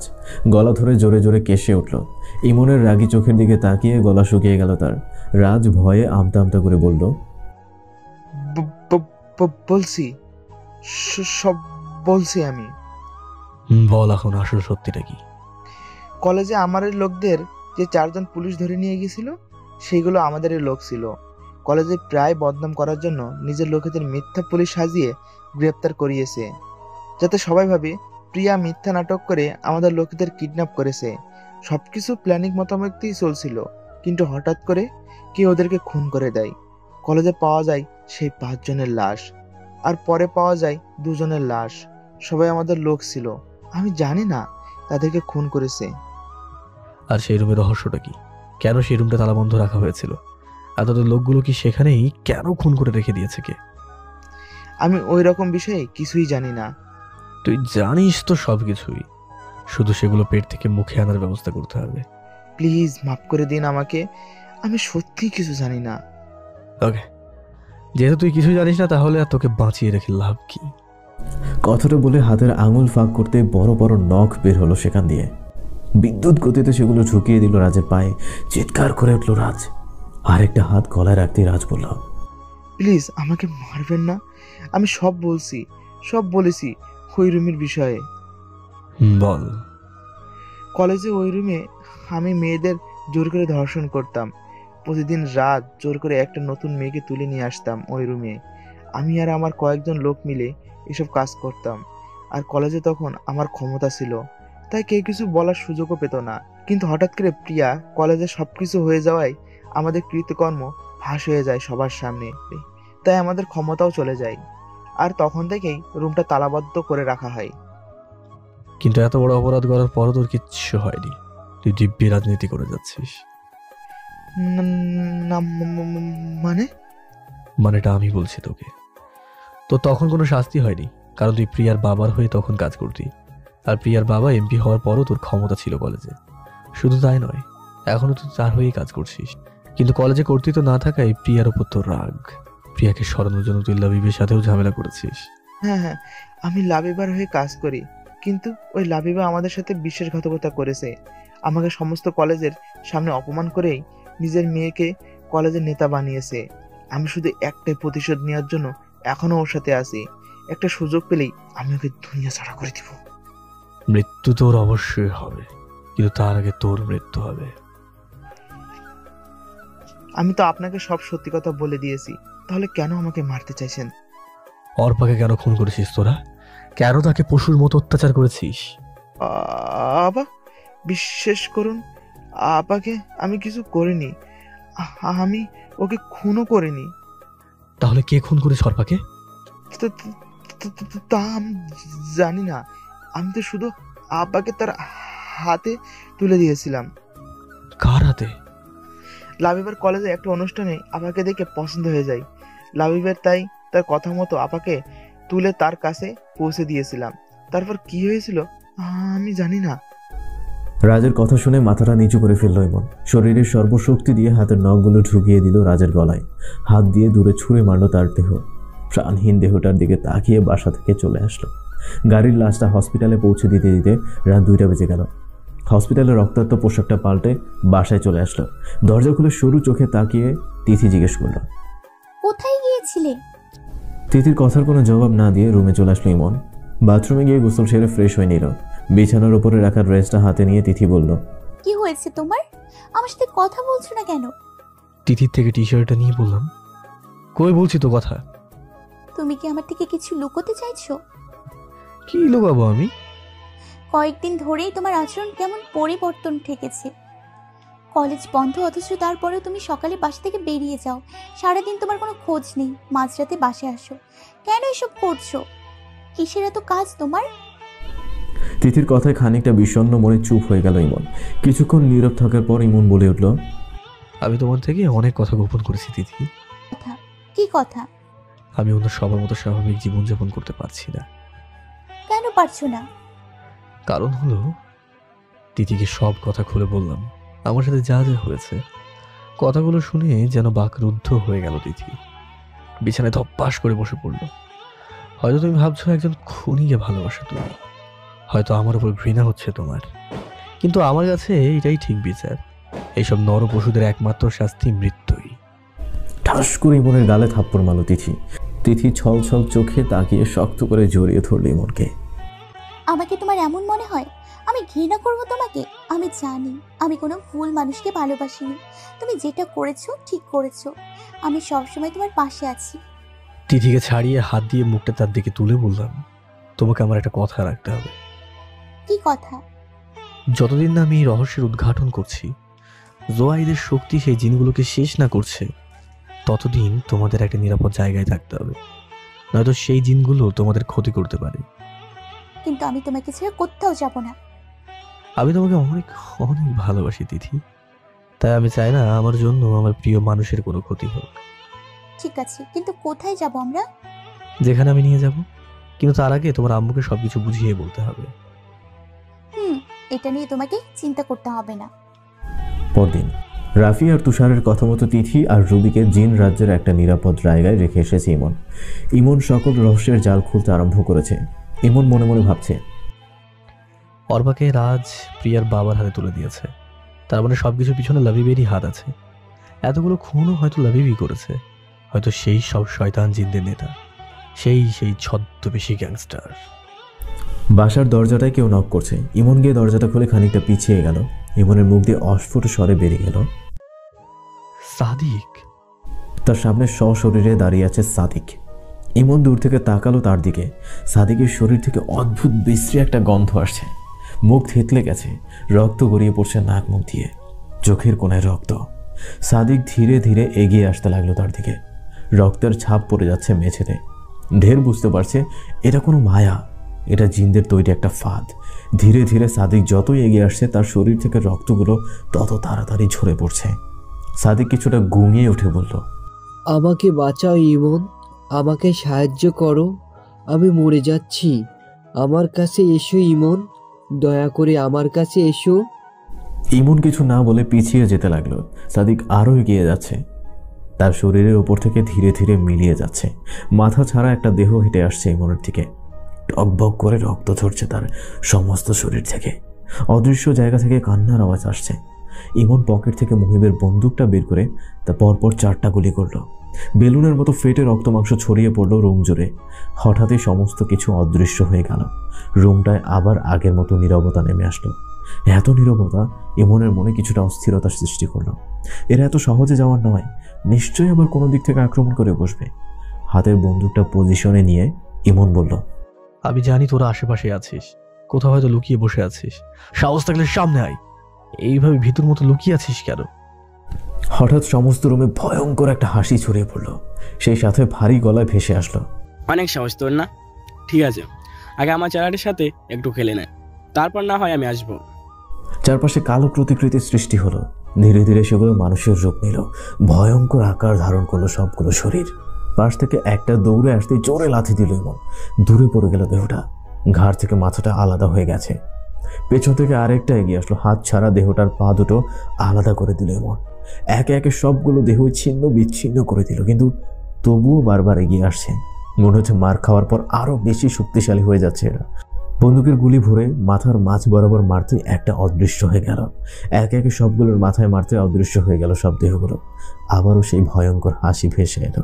সামনে রাখা চেয়ারটায় তৈরি হলো একটা মানুষের প্রতিকৃতি। এমন অবাক হয়ে দেখলো তার সামনে চেয়ারে লাবিব বসে আছে। আগুন ঝরানো চোখ নিয়ে রাগী স্বরে লাবিব বলল, তুই কি ভেবেছিস এই আত্মাগুলো তোর গুলি খেয়ে চলে গেছে? আমার উপস্থিতিতে এরা চলে গেছে। তুই অনেক বড় অপরাধ করেছিস লাবিব, এর শাস্তি তো তোকে পেতেই হবে। শাস্তি? হ্যাঁ, আমাকে শাস্তি দিবি তুই? আত্মার কোনো মৃত্যু নেই, আমি অমর, আমার কেউ কোনো ক্ষতি করতে পারবে না। লাবিবের কথায় কিছুটা থমকে গেল ইমন। লাবিব আত্মা? সে কি তাহলে জিন না? তুই যাকে খুঁজছিস তাকে কোনোদিনই পাবি না। সে তোর চেয়ে হাজার হাজার গুণ শক্তিশালী। তার কাছে পৌঁছানোর আগে তুই আমার হাতে মৃত্যুবরণ করবি। আমার খুব আফসোস লাগছে যে আমি যাকে খুঁজছি সে তুই না, কিন্তু তুই তোর শাস্তি ঠিকই পাবি। তুই অর্পাকে খুন করেছিস, তোকে শাস্তি তো পেতেই হবে। অর্পাকে খুন আমি করিনি, তবে খুন করতে সাহায্য করেছি। আর শুধু তাই নয়, তোর বন্ধু সাদিককেও আমি খুন করিয়েছি। সাদিককে তুই খুন করিয়েছিস? কে করেছে সাদিকের খুন? হঠাৎ পেছন থেকে কেউ একজন বলে উঠল, আমি খুন করেছি সাদিককে। চমকে উঠে পেছনে তাকালো ইমন। ইমন বিস্ময়ে চোখ দুটো কপালে তুলে ফেললো আর বলল, প্রিয়া, তুমি সাদিকের খুন করেছো? হ্যাঁ, আমি সাদিককে খুন করেছি। তোরই বন্ধু ছিল না, তোকে বড্ড সাহায্য করতে চেয়েছিল বেচারা। আমার ভাবতেও ঘৃণা হচ্ছে প্রিয়া, তুমি একটা মেয়ে হয়ে এসব মানুষরূপী শয়তানদের সাথে কাজ করছো। তোমার লজ্জা লাগে না এসব হিংস্র কাজ করতে? লজ্জা? আমাদের কোনো লজ্জা নেই। লজ্জা তো আছে তোদের মতো মানুষের। আমরা আত্মা, শক্তি আমাদের জীবন। শক্তির জন্য আমরা যা খুশি করতে পারি। রাগী ভাবে বললাম, তাহলে এখন শাস্তি পাওয়ার জন্য তৈরি হয়ে নে। হাতের বন্দুকটা তুলে কয়েকটা গুলি করলো প্রিয়ার দিকে। গুলি প্রিয়াকে ভেদ করে বেরিয়ে গেলে কিন্তু তার কিছুই হলো না। ইমন কাছে গিয়ে হাত তুলে দেখলো তাকে স্পর্শ করতে পারছে না। অবাক হয়ে কিছুটা পিছিয়ে গেল। লাবিব আর প্রিয়া আবার ভয়ঙ্কর ভাবে হেসে উঠল। ধীরে ধীরে তারা এগিয়ে আসতে লাগলো ইমনের দিকে। হঠাৎই চোখে ঝাপসা দেখতে লাগলো ইমন। মাথা ঘুরে সেখানেই জ্ঞান হারিয়ে ফেলল। জ্ঞান ফিরতে চোখের সামনে তুষার আর রাফিকে দেখে বেশ অবাক হয়ে বলল, আমি কোথায় আছি এখন? লাবিব আর প্রিয়াই বা কোথায়? তুমি এখন নিরাপদ জায়গায় আসো, কোনো ভয় নেই। লাবিব আর প্রিয়ার কাছ থেকে তুমি এখন নিরাপদ জায়গায় আসো, কোনো ভয় নেই। লাবিব আর প্রিয়ার কাছ থেকে অনেক কষ্টে আমরা তোমাকে তুলে এনেছি, আর একটু দেরি হলেই ওরা তোমাকে মেরে ফেলতো। লাবিব আর প্রিয়া কি তাহলে সত্যি কোনো আত্মা? ওরা কি মানুষ নয়? না, ওরা মানুষ নয়, এক একটা মানুষরূপী আত্মা। কিন্তু এতদিন কি প্রিয়া তাহলে অভিনয় করেছে? এটা কিভাবে সম্ভব? কেউ তার আসল রূপ বুঝতে পারেননি? আমার মনে হয় ও সেই পরিমাণ শক্তি অর্জন করেছে যতটা শক্তি তাকে আত্মাদের বশ করতে সাহায্য করে। তারপর ওইসব আত্মাদের মাঝে শক্তি রূপ দিয়ে মানুষ রূপে তাদেরকে নিয়ন্ত্রণ করেছে। কিন্তু আমরা তার কাছে কিভাবে পৌঁছাবো? কিভাবে জানবো সে কে? কে সেই আড়ালে লুকিয়ে থাকা ছদ্মবেশী গ্যাংস্টার? যেহেতু সবগুলো হত্যার কারণ জানা গেছে, অপার খুনির চিহ্ন করা গেছে, তাই তাদেরও খুঁজে বের করা যাবে। কিন্তু কিভাবে? কিভাবে আমরা তার কাছে পৌঁছাতে পারবো? জোহাদের ক্ষমতা, জোহাদি আমাদের তার কাছে পৌঁছাতে সাহায্য করবে। কিন্তু জোহাইদের কি সেই ক্ষমতা আছে? ওই জিনকে হারানোর শক্তি কি জোহাইদের ভিতরে আছে? জোহাইদ তার বাবার বন্ধু একলিসের শক্তি নিজের মধ্যে নিয়ে সেই জিনদের সাথে লড়বে। আর যেহেতু এর মধ্যে জোহাদি অনেক শক্তি অর্জন করেছে, তাই তোমার শক্তিও অনেক গুণ বেড়ে যাবে, কারণ জোহাদের শক্তি তোমার মধ্যে আছে। আর তোমার দুজন মিলে একসাথে সেই জিনটার সাথে লড়বে। ঠিক আছে, আমি প্রস্তুত। কিন্তু জোহাইদ কোথায়? তোমার পাশে। রাফির কথায় পাশে তাকালো ইমন। লম্বা সুঠাম দেহের অধিকারী একটা বিস্ময়কর সৌন্দর্যের কোনো এক যুবক তার সামনে দাঁড়িয়ে আছে। চোখ দুটো টকটকে লাল, পা থেকে মাথার উপর পর্যন্ত আলো ছড়াচ্ছে তার দেহে। ইমন বিস্মিত হয়ে বলল, আপনি রাজকুমার জুহাইদ? হ্যাঁ, আমি জুনাইদ, কিন্তু আমাকে আপনি বলবেন না, আমি তোমার বন্ধু। ঠিক আছে, কিন্তু আমরা কিভাবে ওই গ্যাংস্টার জিনের কাছে পৌঁছাবো? এটা একমাত্র একলিশই বলতে পারবে। তার থেকে শুনতে হবে আমাদের এখন কি করণীয়। জুহাইদ ছোট একটা বল হাতে থেকে ছুঁড়ে মারল উপরে। বলটা অনেক বড় আকার ধারণ করে তাদের সামনে হাওয়ায় ভাসতে লাগলো। তার ভেতরে ফুটে উঠল একটা স্পষ্ট মুখায়ব। কাপা স্বরে আওয়াজ আসলো, কি চাওয়া তোমার রাজকুমার? আমরা সেই শয়তান দিনের কাছে যেতে চাই যে আপনাকে খুন করেছে, যার ইশারায় সাদিক সহ সবগুলো রহস্যময় খুন হয়েছে। তার কাছে যেতে হলে তোমাদের আগে তার কাছ থেকে সৈন্যদের মুক্ত করতে হবে। সে যেসব আত্মাদের বশ করে শক্তির রূপ দিয়ে নিজের নিয়ন্ত্রণে নিয়েছে, তাদের সবাইকে তোমাদের মুক্ত করে দিতে হবে। তাহলে তার শক্তির অর্ধেক কমে যাবে। তখন তোমরা তাকে সহজে হারাতে পারবে, ধ্বংস করতে পারবে তাকে সহ তার সব শক্তি। তাহলে বলুন, কিভাবে আমরা সেই সব আত্মাদের মুক্তি দিতে পারবো? কিভাবে ধ্বংস করতে পারবো তার অর্ধেক শক্তি? এইটা বড় কঠিন কাজ। শয়তানটা সব আত্মাদের একটা গোপন জায়গায় আটকে রেখেছে। সেই জায়গা বড় ভয়ঙ্কর। প্রত্যেক মুহূর্তেই সেখানে নতুন নতুন বিপদের সৃষ্টি হয়। একটা বিপদ পেরোতেই আরেকটা বিপদের সৃষ্টি। আর সবচেয়ে বড় কথা হলো, সেখানে তুমি যেতে পারবে না, সেখানে ইমনকে যেতে হবে। কারণ ওই জায়গায় শুধুমাত্র মানুষই প্রবেশ করতে পারবে। কিন্তু ইমন কি পারবে একা সেই বিপদ মোকাবেলা করতে? তুমি চিন্তা করো না জুহাইদ, ইমনের উপর আমার যথেষ্ট বিশ্বাস আছে। সে তোমার শক্তি আর নিজের বুদ্ধি দিয়ে অবশ্যই সেই বিপদ থেকে উদ্ধার হতে পারবে, মুক্ত করে দিতে পারবে বন্দী হওয়া সকল আত্মাদের। তাহলে কখন যাব সেই জায়গায়? কখন সেই ছদ্মবেশী গ্যাংস্টারকে ধ্বংস করে দেব? কালই হবে তার জন্য সেই দিন। কালই সমাপ্তি ঘটবে এই মৃত্যুর খেলা রহস্য। পরদিন একলিসের বলা কথা অনুযায়ী বন্দি আত্মাদের মুক্তি দেওয়ার জন্য সেই ভয়ঙ্কর জায়গায় রওনা হলো ইমন। জুহাইদ ততক্ষণে লাবিবের কাছে চলে গেল। লাবিবে একমাত্র ব্যক্তি যে তাকে সেই জিনের কাছে পৌঁছাতে সাহায্য করতে পারবে। জুহাইদের আগমনে ভয়ঙ্কর রূপ ধারণ করলো লাবিব। রাগী চেহারায় তাকিয়ে বলল, মহারাজ জুহাইদ, শেষ পর্যন্ত দেখা পেলাম আপনার। আমার আগমন তোর ধ্বংসের জন্য লাবিব, তোর শক্তি ধ্বংস করতে এসেছি আমি। শুনে খুব হাসি পেল জুহাইদ। আপনার কথা মূর্খতার পরিচয় দিচ্ছে। আপনি হয়তো জানেন না আমার ক্ষমতা অসীম, আমার ধ্বংস নেই। সব শয়তানের কাছেই নিজেকে সবচেয়ে বেশি শক্তিশালী মনে হয়, কিন্তু তুই এটা জানিস না যে তোর ধ্বংস এগিয়ে আসছে।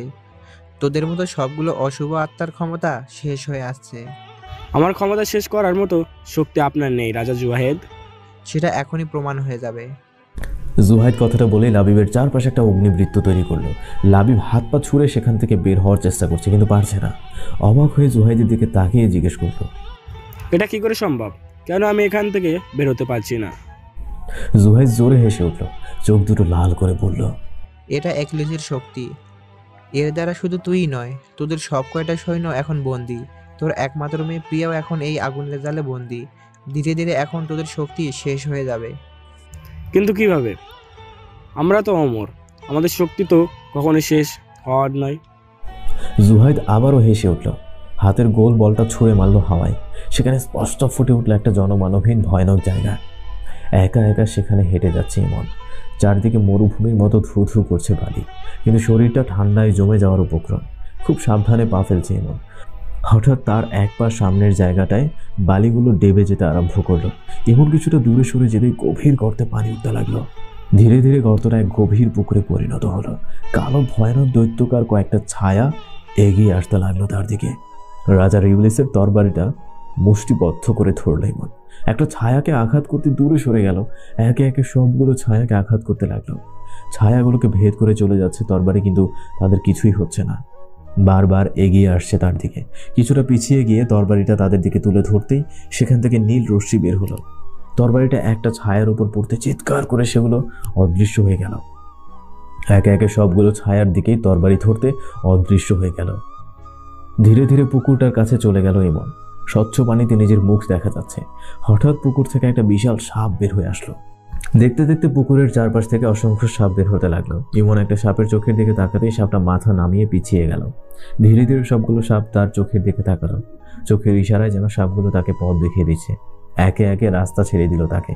পানিতে এক পা স্পর্শ করতেই ঝড় উঠে গেল পানিতে। তীব্র বেগে ঘুরতে ঘুরতে এক বিশাল আকৃতির সাপে পরিণত হলো। নীল বর্ণের বিশাল দেহী সাপের সামনে ইমনকে খুবই তুচ্ছ মনে হচ্ছে। নীল আলো ছড়াচ্ছে সাপটার চোখে। ইমনের দিকে ফোনা তুলে সাপটা বলল, কে তুই? এখানে কেন এসেছিস? আমি একজন মানুষ, এখানে এসেছি সেই বাক্সটার খোঁজে যেখানে আত্মাদের বন্দি করে রাখা হয়েছে। তুই একটা সাধারণ মানুষ হয়ে এখানে আত্মার খোঁজে? তুই কি জানিস এখানে যে একবার আসে সে কখনো বেঁচে ফিরতে পারে না? আমি জানি, কিন্তু আমি যদি এখানে থেকে বেঁচে ফিরতে নাও পারি তবুও আমি আত্মাদের মুক্ত করবই। তুই কোনো সাধারণ মানুষ হতে পারিস না।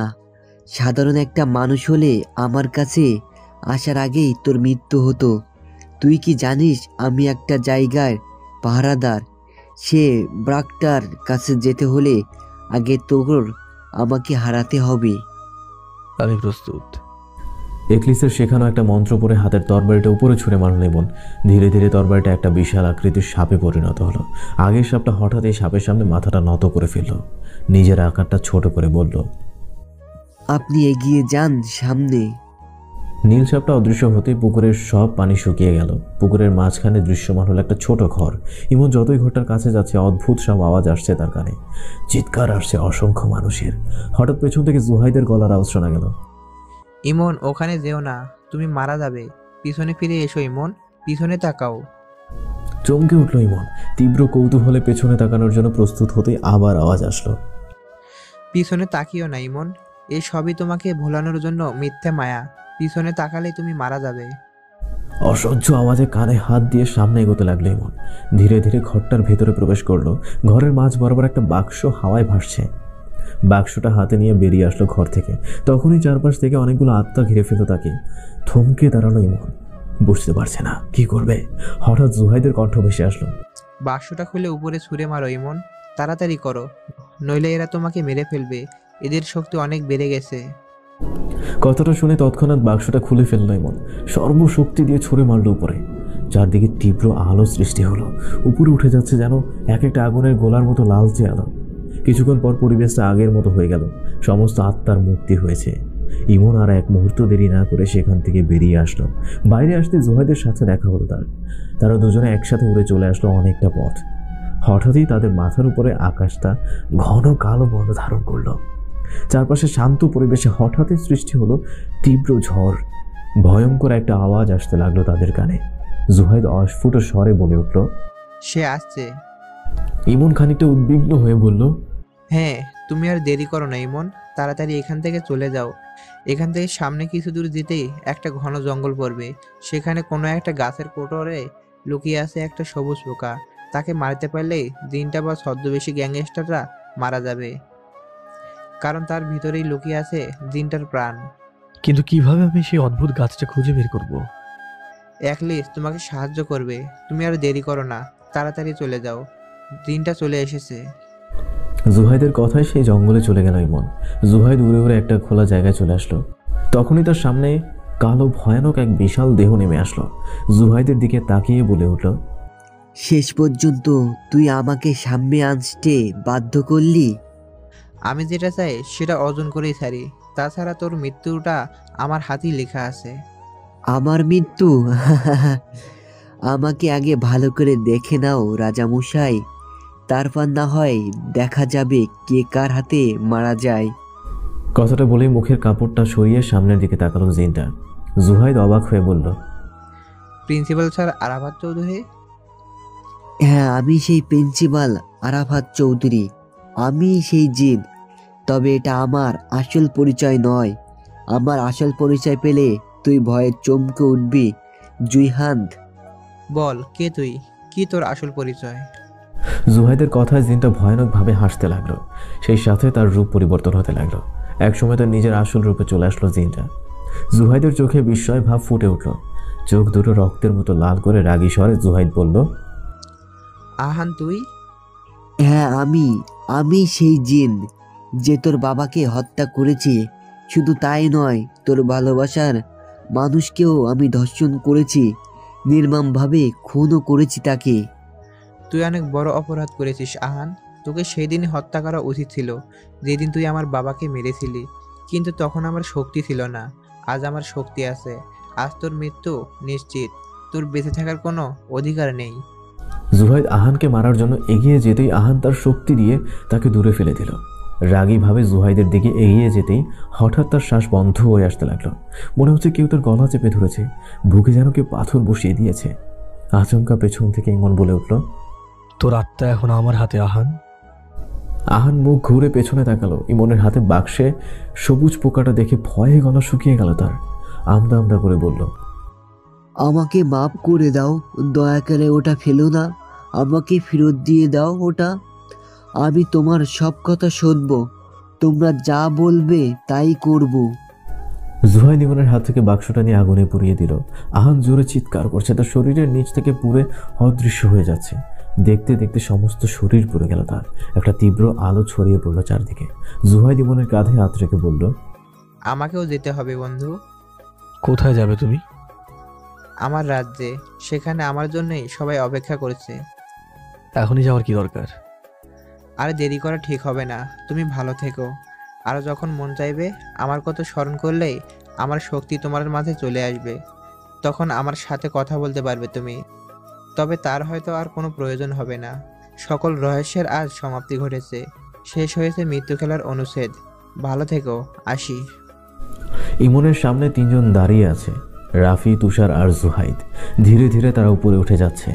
তীব্র আলোর বেগে উড়ে চলে গেল তারা। ইমনের চোখের কোণে পানি চলে এসেছে। হঠাৎ কাঁধে কারো স্পর্শ অনুভব করলো। পিছনে তাকিয়ে দেখলো তিথি দাঁড়িয়ে। এভাবে আর কতক্ষণ দাঁড়িয়ে থাকবে? বাসায় যাবে না? যাব। খালা কোথায়? আম্মু বাসায়, আমাকে বললো জামাই নিয়ে বাসায় যেতে। জামাই মানে? কে জামাই? ইস নাকা, জামাইকে দিন নাকি জানেন না।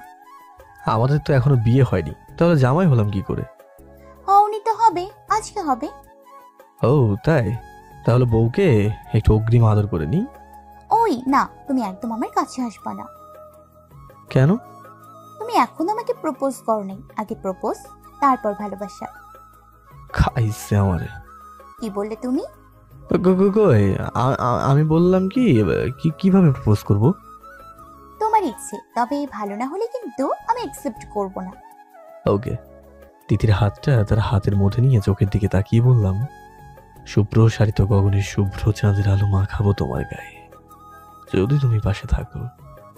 বসন্তের রঙিন আভাসে ভাসাবো তোমায়, যদি তুমি পাশে থাকো। এক গুচ্ছ জোনাকির আলো গেঁথে দেবো তোমার খোপায়, যদি তুমি পাশে থাকো। হৃদয় সিংহাসনে রানী করে রাখবো তোমায় সারাটা জীবন, যদি তুমি পাশে থাকো। কিন্তু যদি বলো কেন? কারণ আমি তোমাকে বড্ড ভালোবাসি। হ্যাঁ, বড্ড বেশি ভালোবাসি। তুমি কি হবে আমার সেই শুভ্রতার নীলিমা, রঙিন ক্যানভাসের সেই অঙ্কন, ভালোবাসার রানী? তিথির চোখের কোণে জল, মুগ্ধ হয়ে তাকালো সে মোহময় চাহনির পানে, শক্ত করে জড়িয়ে ধরল তার ভালোবাসাকে, যেন কোনোদিন হারাতে দেবে না। ইমন তিথির মাথায় একটা চুমু দিয়ে বলল, এখনো কিন্তু কিছুই বললা না, এমন হয়েছে আমার প্রপোজ? খুব একটা ভালো না, তবে চলবে। কথাটা বলে ভেঙচি কেটে সামনে হাঁটতে লাগলো তিথি, মুখে তার প্রসারিত হাসি।